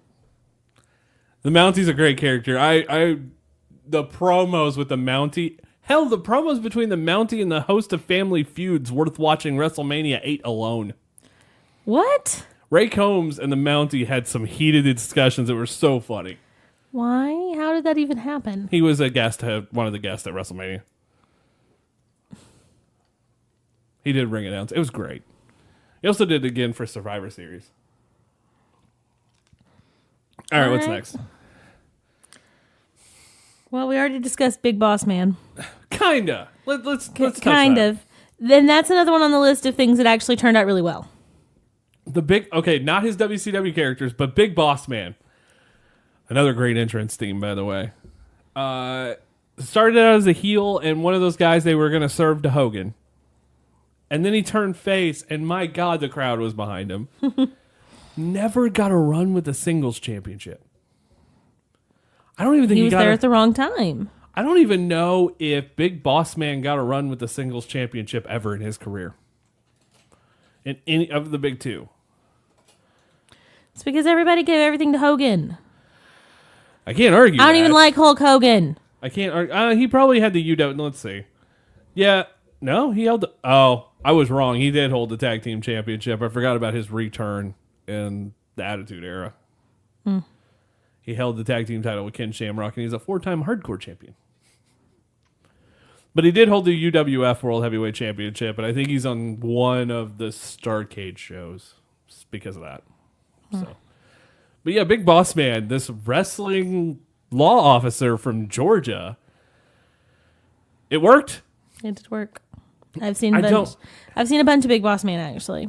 He's awesome. Like he's always. Oh, here's the thing. You want to classify good big guys in the ring? He's another one. Dusty Rhodes is probably up there too because I figured Dusty was over 3.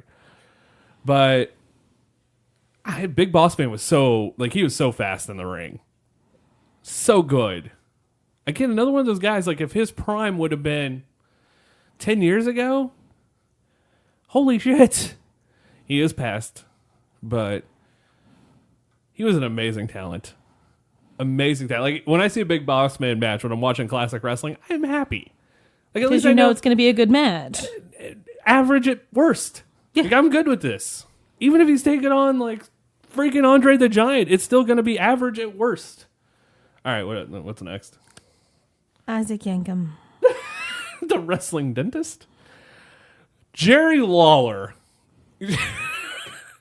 is having this feud with Bret Hart at the time, and I don't even know why. I think it's 94. Because Bret and Jerry keep having these matches all the way up until like 96.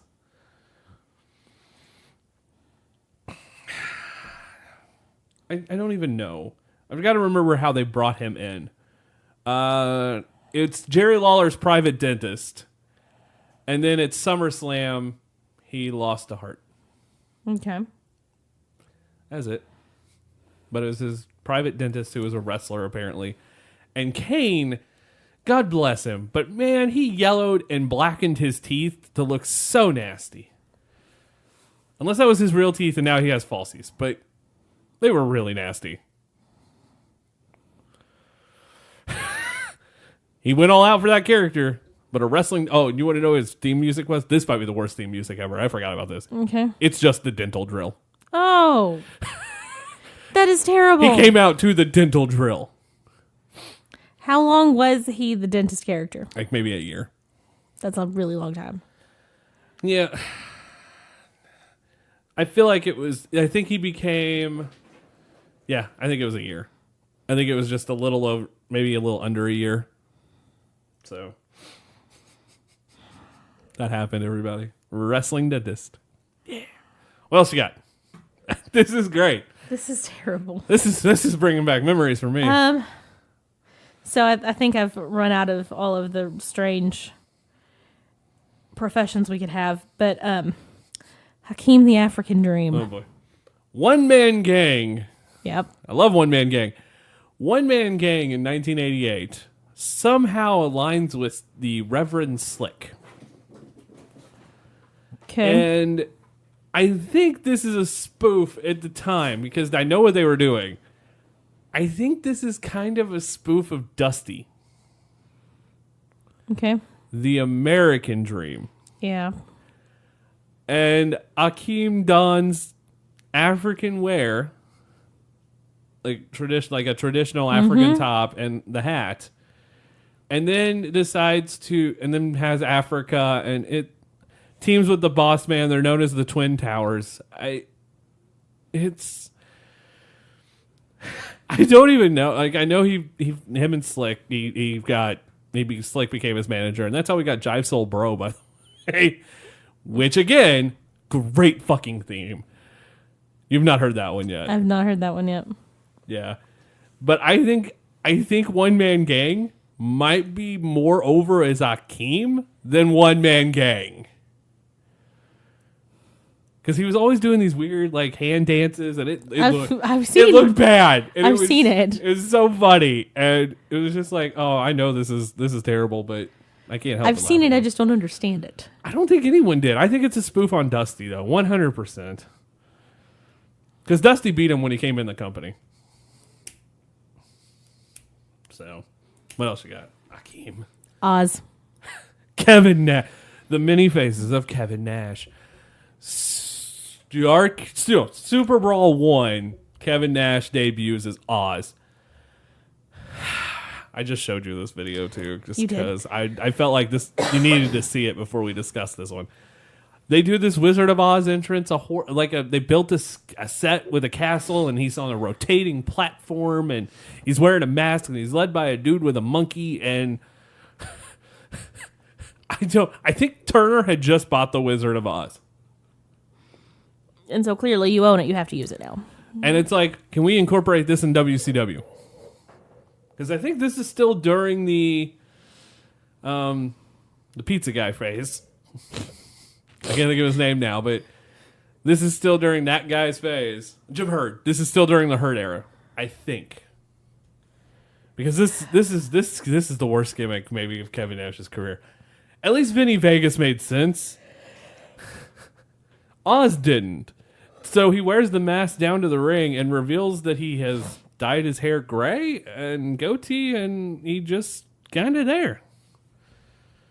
Oz. Good times. Good times.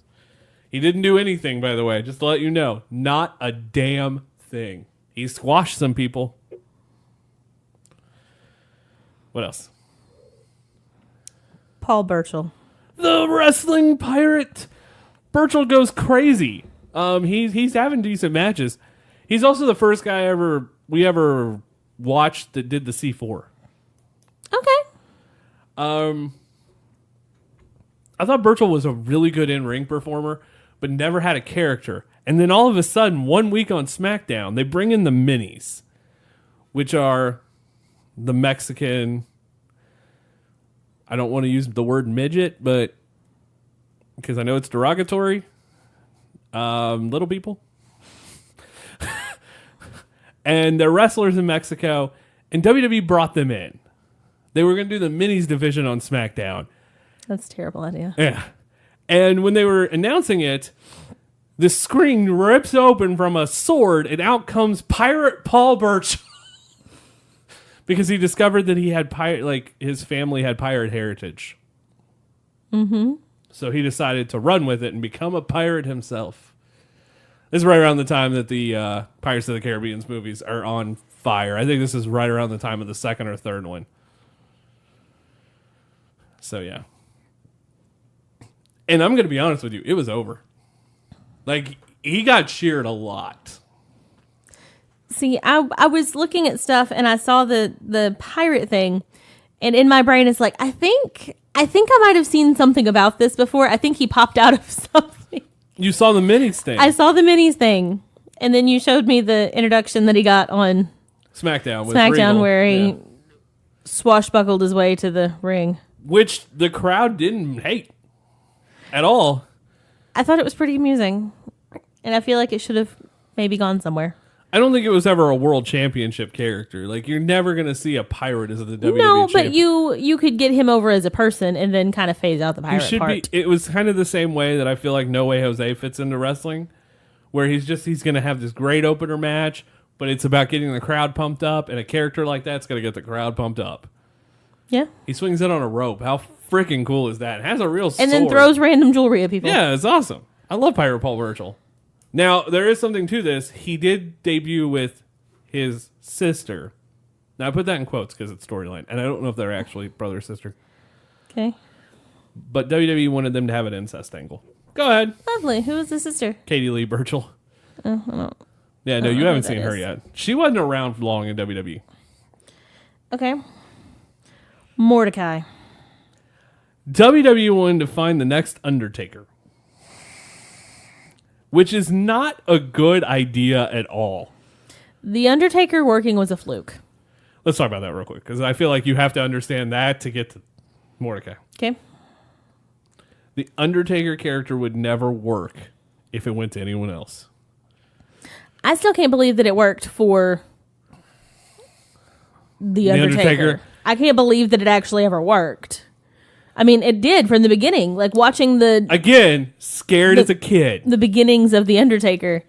It always did work, but it makes no sense. They made him such a they made him so unstoppable. It's like, oh, who's going to be the only person to stop the Undertaker? And as a kid, it's Hogan. It had to be Hulk Hogan, and then he beat Hogan, and you're just devastated.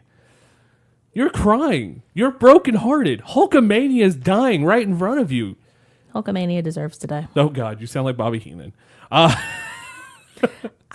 don't like any of it. I know, but and when he finally beats Hogan, that crowd is just... We watched WrestleMania 30. Remember when Undertaker lost? Yeah. It was like that. Yeah. But it had a lot more kids crying. Because Undertaker was this just... They always showed the kids that were scared in the crowd, too. Like, they made sure they found him. Because it's bad.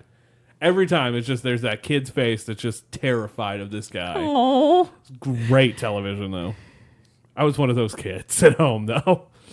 Because I'm like, how does he do this? And then they started doing the superpower stuff, and it worked. Because, we get the old timers talk about how today there's like all this stupid stuff in wrestling, and the only thing I can think of is going, The Undertaker raised up from a casket and floated to the ceiling. And yet we're going to call wrestling today shitty. Does anyone remember 94? I've seen The Undertaker use lightning. Yep. That was pretty cool, though. But I'm just saying, are we not going to look at this as like he has supernatural powers? No human being has supernatural powers. The Undertaker does. The Undertaker does. And Kane. That's again. That character goes to anyone else that's not working. Sometimes you just get the perfect storm of the right person with the right talent and the right charisma to make something There work. is that outside, I want to say it's probably urban legend because I don't know if it's true, but Hogan telling Vince McMahon that the Undertaker character will never work. I would believe that. And it's nice to know that Hulk Hogan was wrong. So now let's fast forward to 2005. 2004. Mordecai. I apologize for anyone listening at home. That is Richard banging his head against a microphone. The idea for Mordecai was a white Undertaker. And I don't mean like white as in skin color, but white as in clothing. No person should ever wear that much white. Nope. And it worked. Not for him. They did it later on with the Shawn Michaels Undertaker match. The Shawn did white and Undertaker does black. That makes sense. Shawn Michaels came down from the heavens. Undertaker came out from hell. It was a great entrance. I've seen that entrance. Yeah, it's great. But that's what I'm saying. Like with Mordecai, that was the plan. Then the bell rang and shit just went wrong because that dude could not work. Then he comes back. Like, they kill the character. I think he had 2 matches on TV, and they're like, no, we're done. Get out. And then he comes back as a vampire in WWE ECW. Yep, a wrestling vampire. Wasn't there more than one of those? There was a female vampire, too. Okay. Ariel. Okay. Who was Shelly Martinez. Okay. It sucked. She was hot, though. There was a plus side there. She was hot. That's about it. That's the only good side of that. Wasn't there a wrestling vampire that Edge and Christian were Gangrel with? Yeah, Gangrel. A much better wrestling vampire, by the way. What'd you just drop? Nothing. Was that your ring? Yes. Oh my God. While she's looking for her ring, guys, and we're going to continue this in a second. Join us at StarCast. Visit starcast.com. Check out everything going on. And if you can't go to Chicago, you can check it out on the Fight TV app, fighttv.com. Are we good now? Yeah, we're fine. Okay. So what's next? The Mordecai. It didn't last long, I'll just tell you that. Mordecai did not work, and it never would have. But on a side note, Gangrel. It worked. Gangrel. Okay, so here's the thing with Gangrel is actually based on a comic book character. I know. And WWE bought the rights to the character to use in their ring. I still think this dude might have shaped his teeth that way. He's got fangs. It's awesome. He was married to Luna Vachon, by the way. Okay, I was like, that makes sense. Yeah. It works. It works. Who's next? So, I know there's more. There is more. This is one we have not touched on, but it is a current character that I enjoy who has a past that is terrible. That could be anybody at this point. Festus. Luke Gallows. Okay, so Luke Gallows in WWE.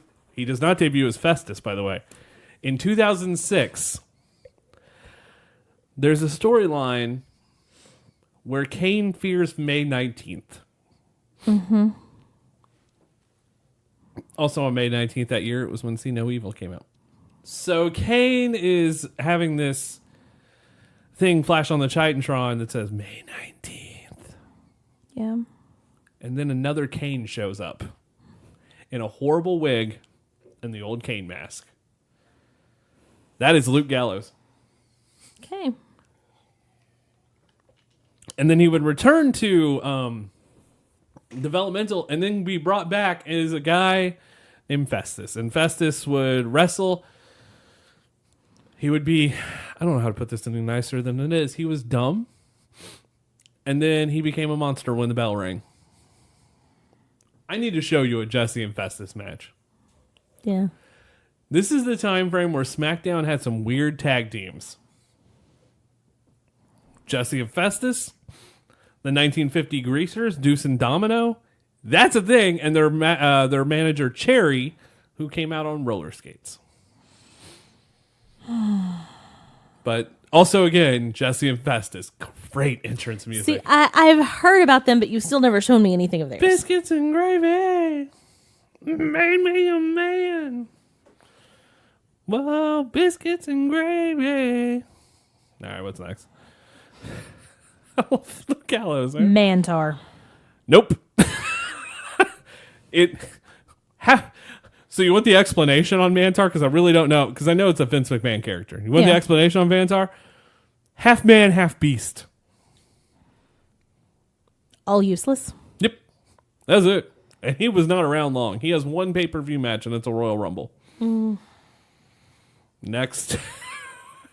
Mantar. Oh, my God. 7. So Dustin Rhodes leaves WWE for like 4 months to go to WCW, and this is WCW era Vince Russo. Yep. And automatically, it's going to suck. And Vince Russo turns him into a child predator character named Seven. And there is no better way to describe this.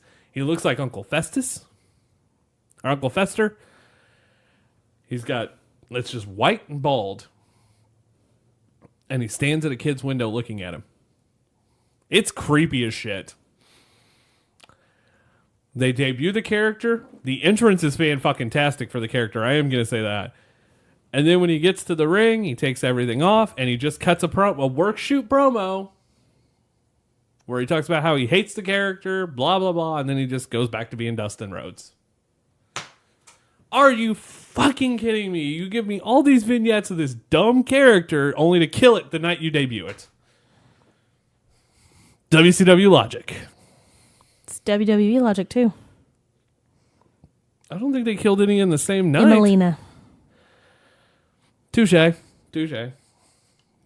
And look, let's just go ahead and say that should have been Eva Marie. It should have been Eva Marie. It probably was supposed to be Eva Marie, but I miss Eva Marie. Miss Emma. I'm glad Emma's in Ring of Honor. I'm glad Emma's doing things. Like, she's amazing. With a way cooler friggin' name. No joke.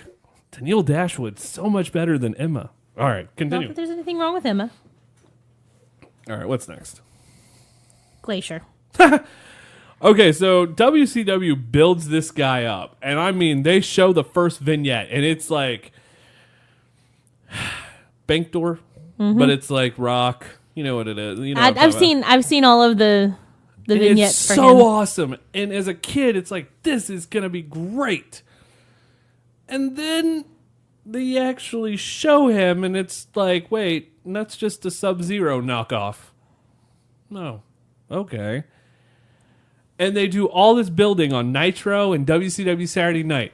Out of the 2 shows he should have debuted on, those are it. Nope.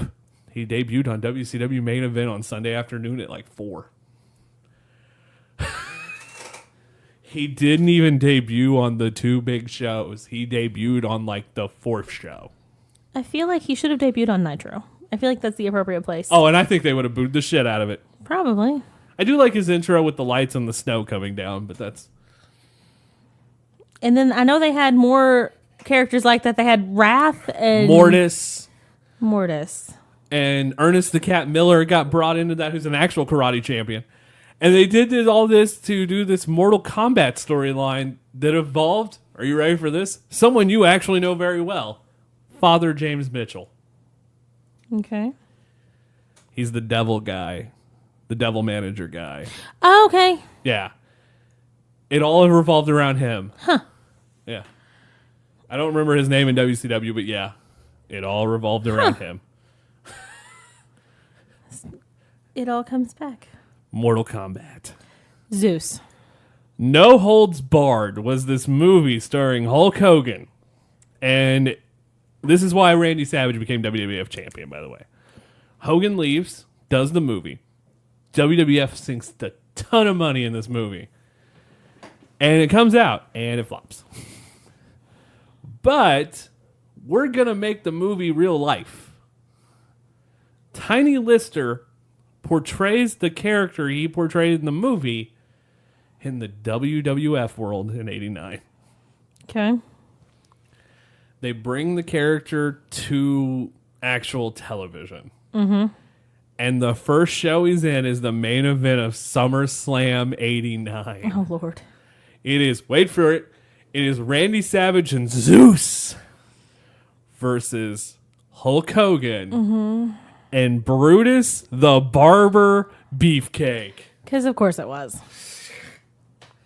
Zeus would go on to have another match in a cage with Savage against Hogan and Beefcake. No Holds Barred, the match, the movie. It's where they showed the movie on pay-per-view and then showed the match they taped in like Indianapolis.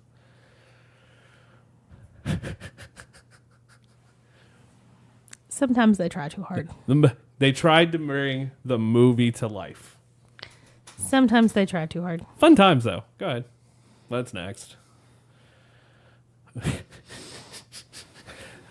I think we're running low on these, though, I'm guessing.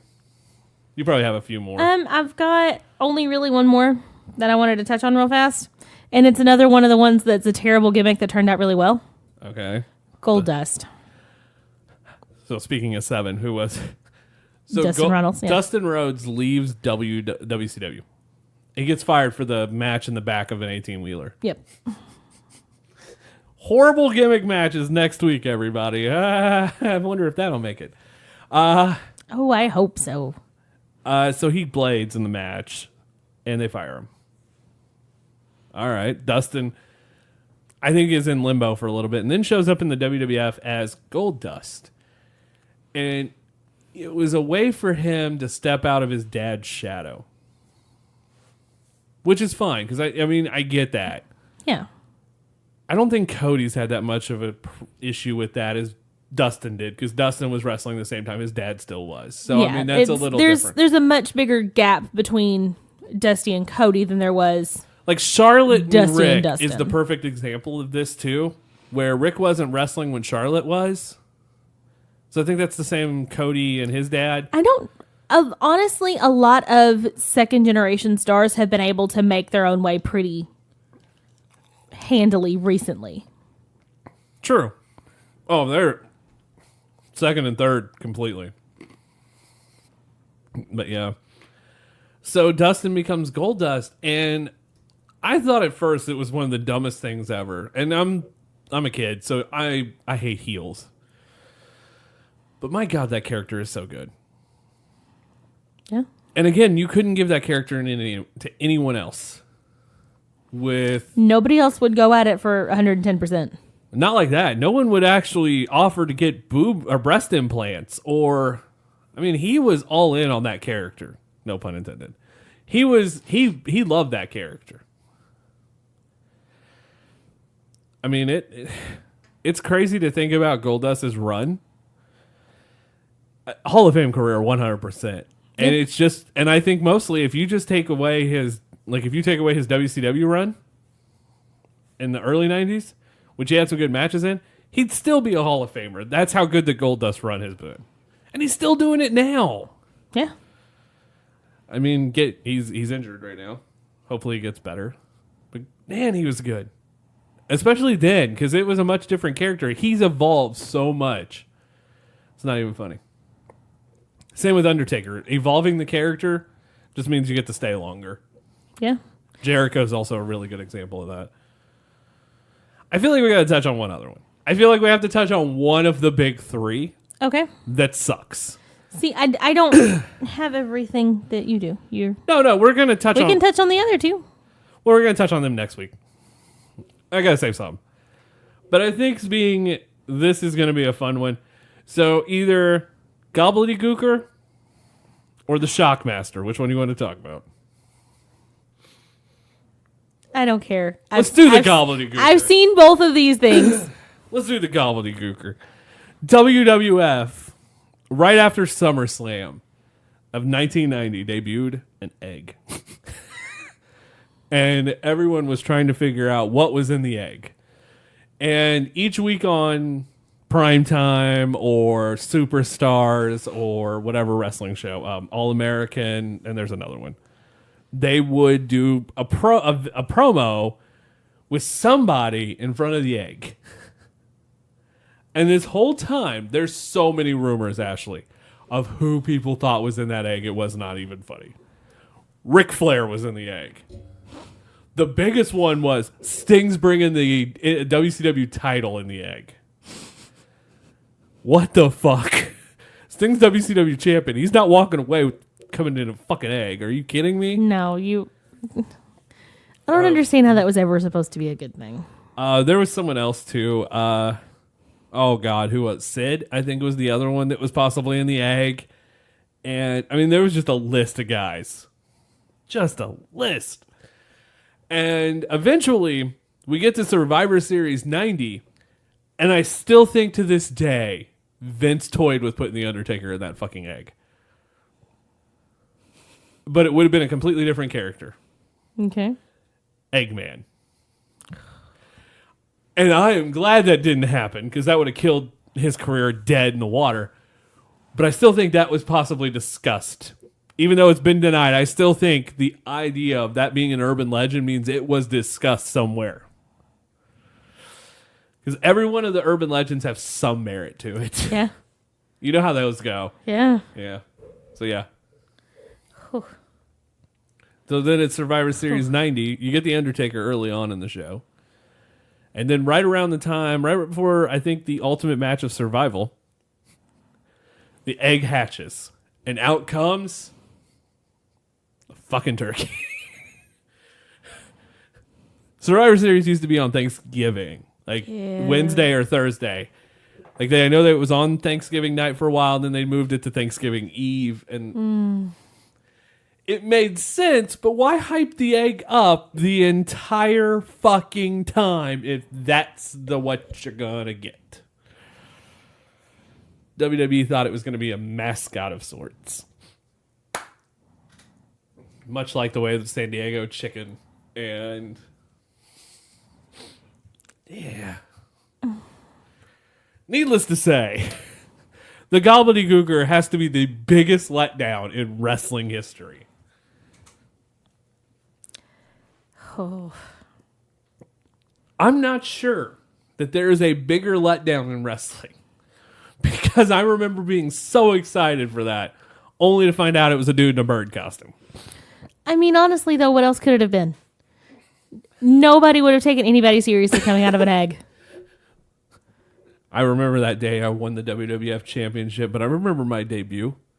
I came out of a fucking egg. It just wouldn't have been.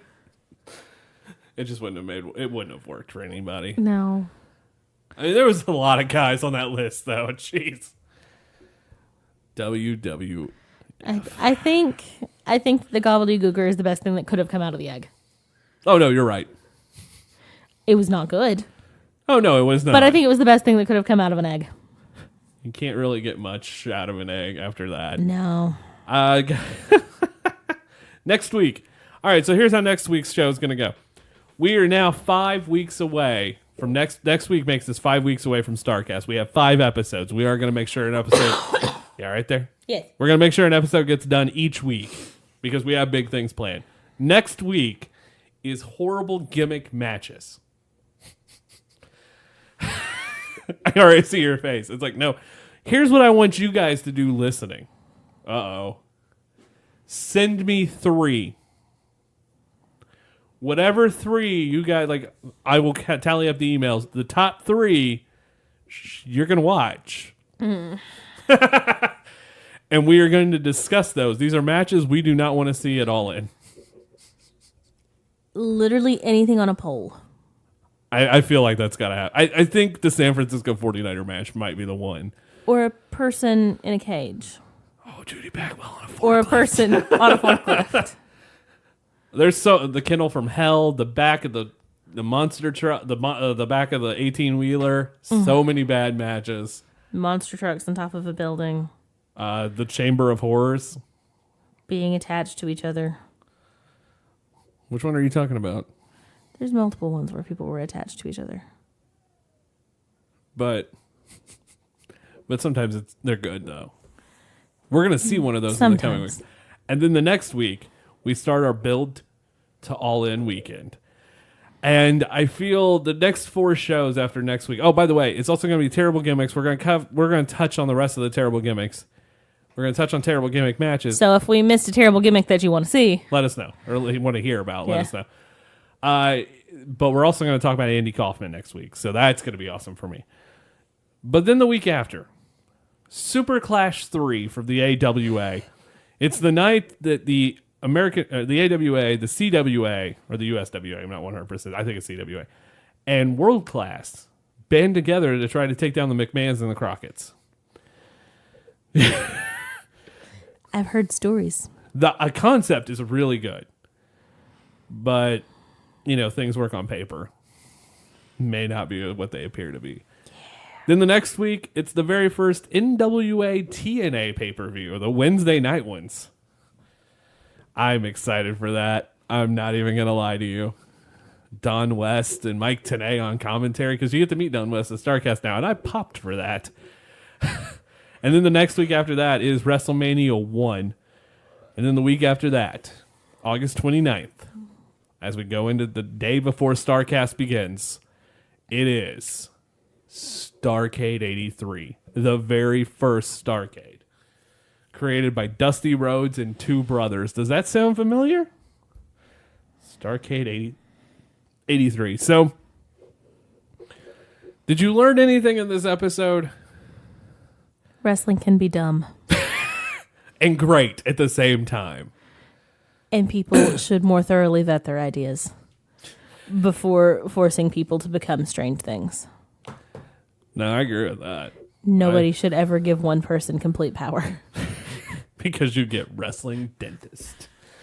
Guys, that wraps up. Class is dismissed. Ashlee now can go to bed because it's always past your bedtime. Well, it's because class starts late. It does. Next, like I said, next week we're going to have a great show. Don't forget to check out this week's episode of Cinecrap is we talk about sharks and tornadoes times 2. Does that make sense? Only kind of. SNS returns Sunday. And guys, if you haven't checked out live, we are now on Spotify, iTunes, Google Play, and Podbean.com. Check us out anywhere. TBKRadio.com. You can just listen to the shows now. How awesome is that? So guys, that's going to wrap up this show. We will see you next time for a brand new lesson on YWWE.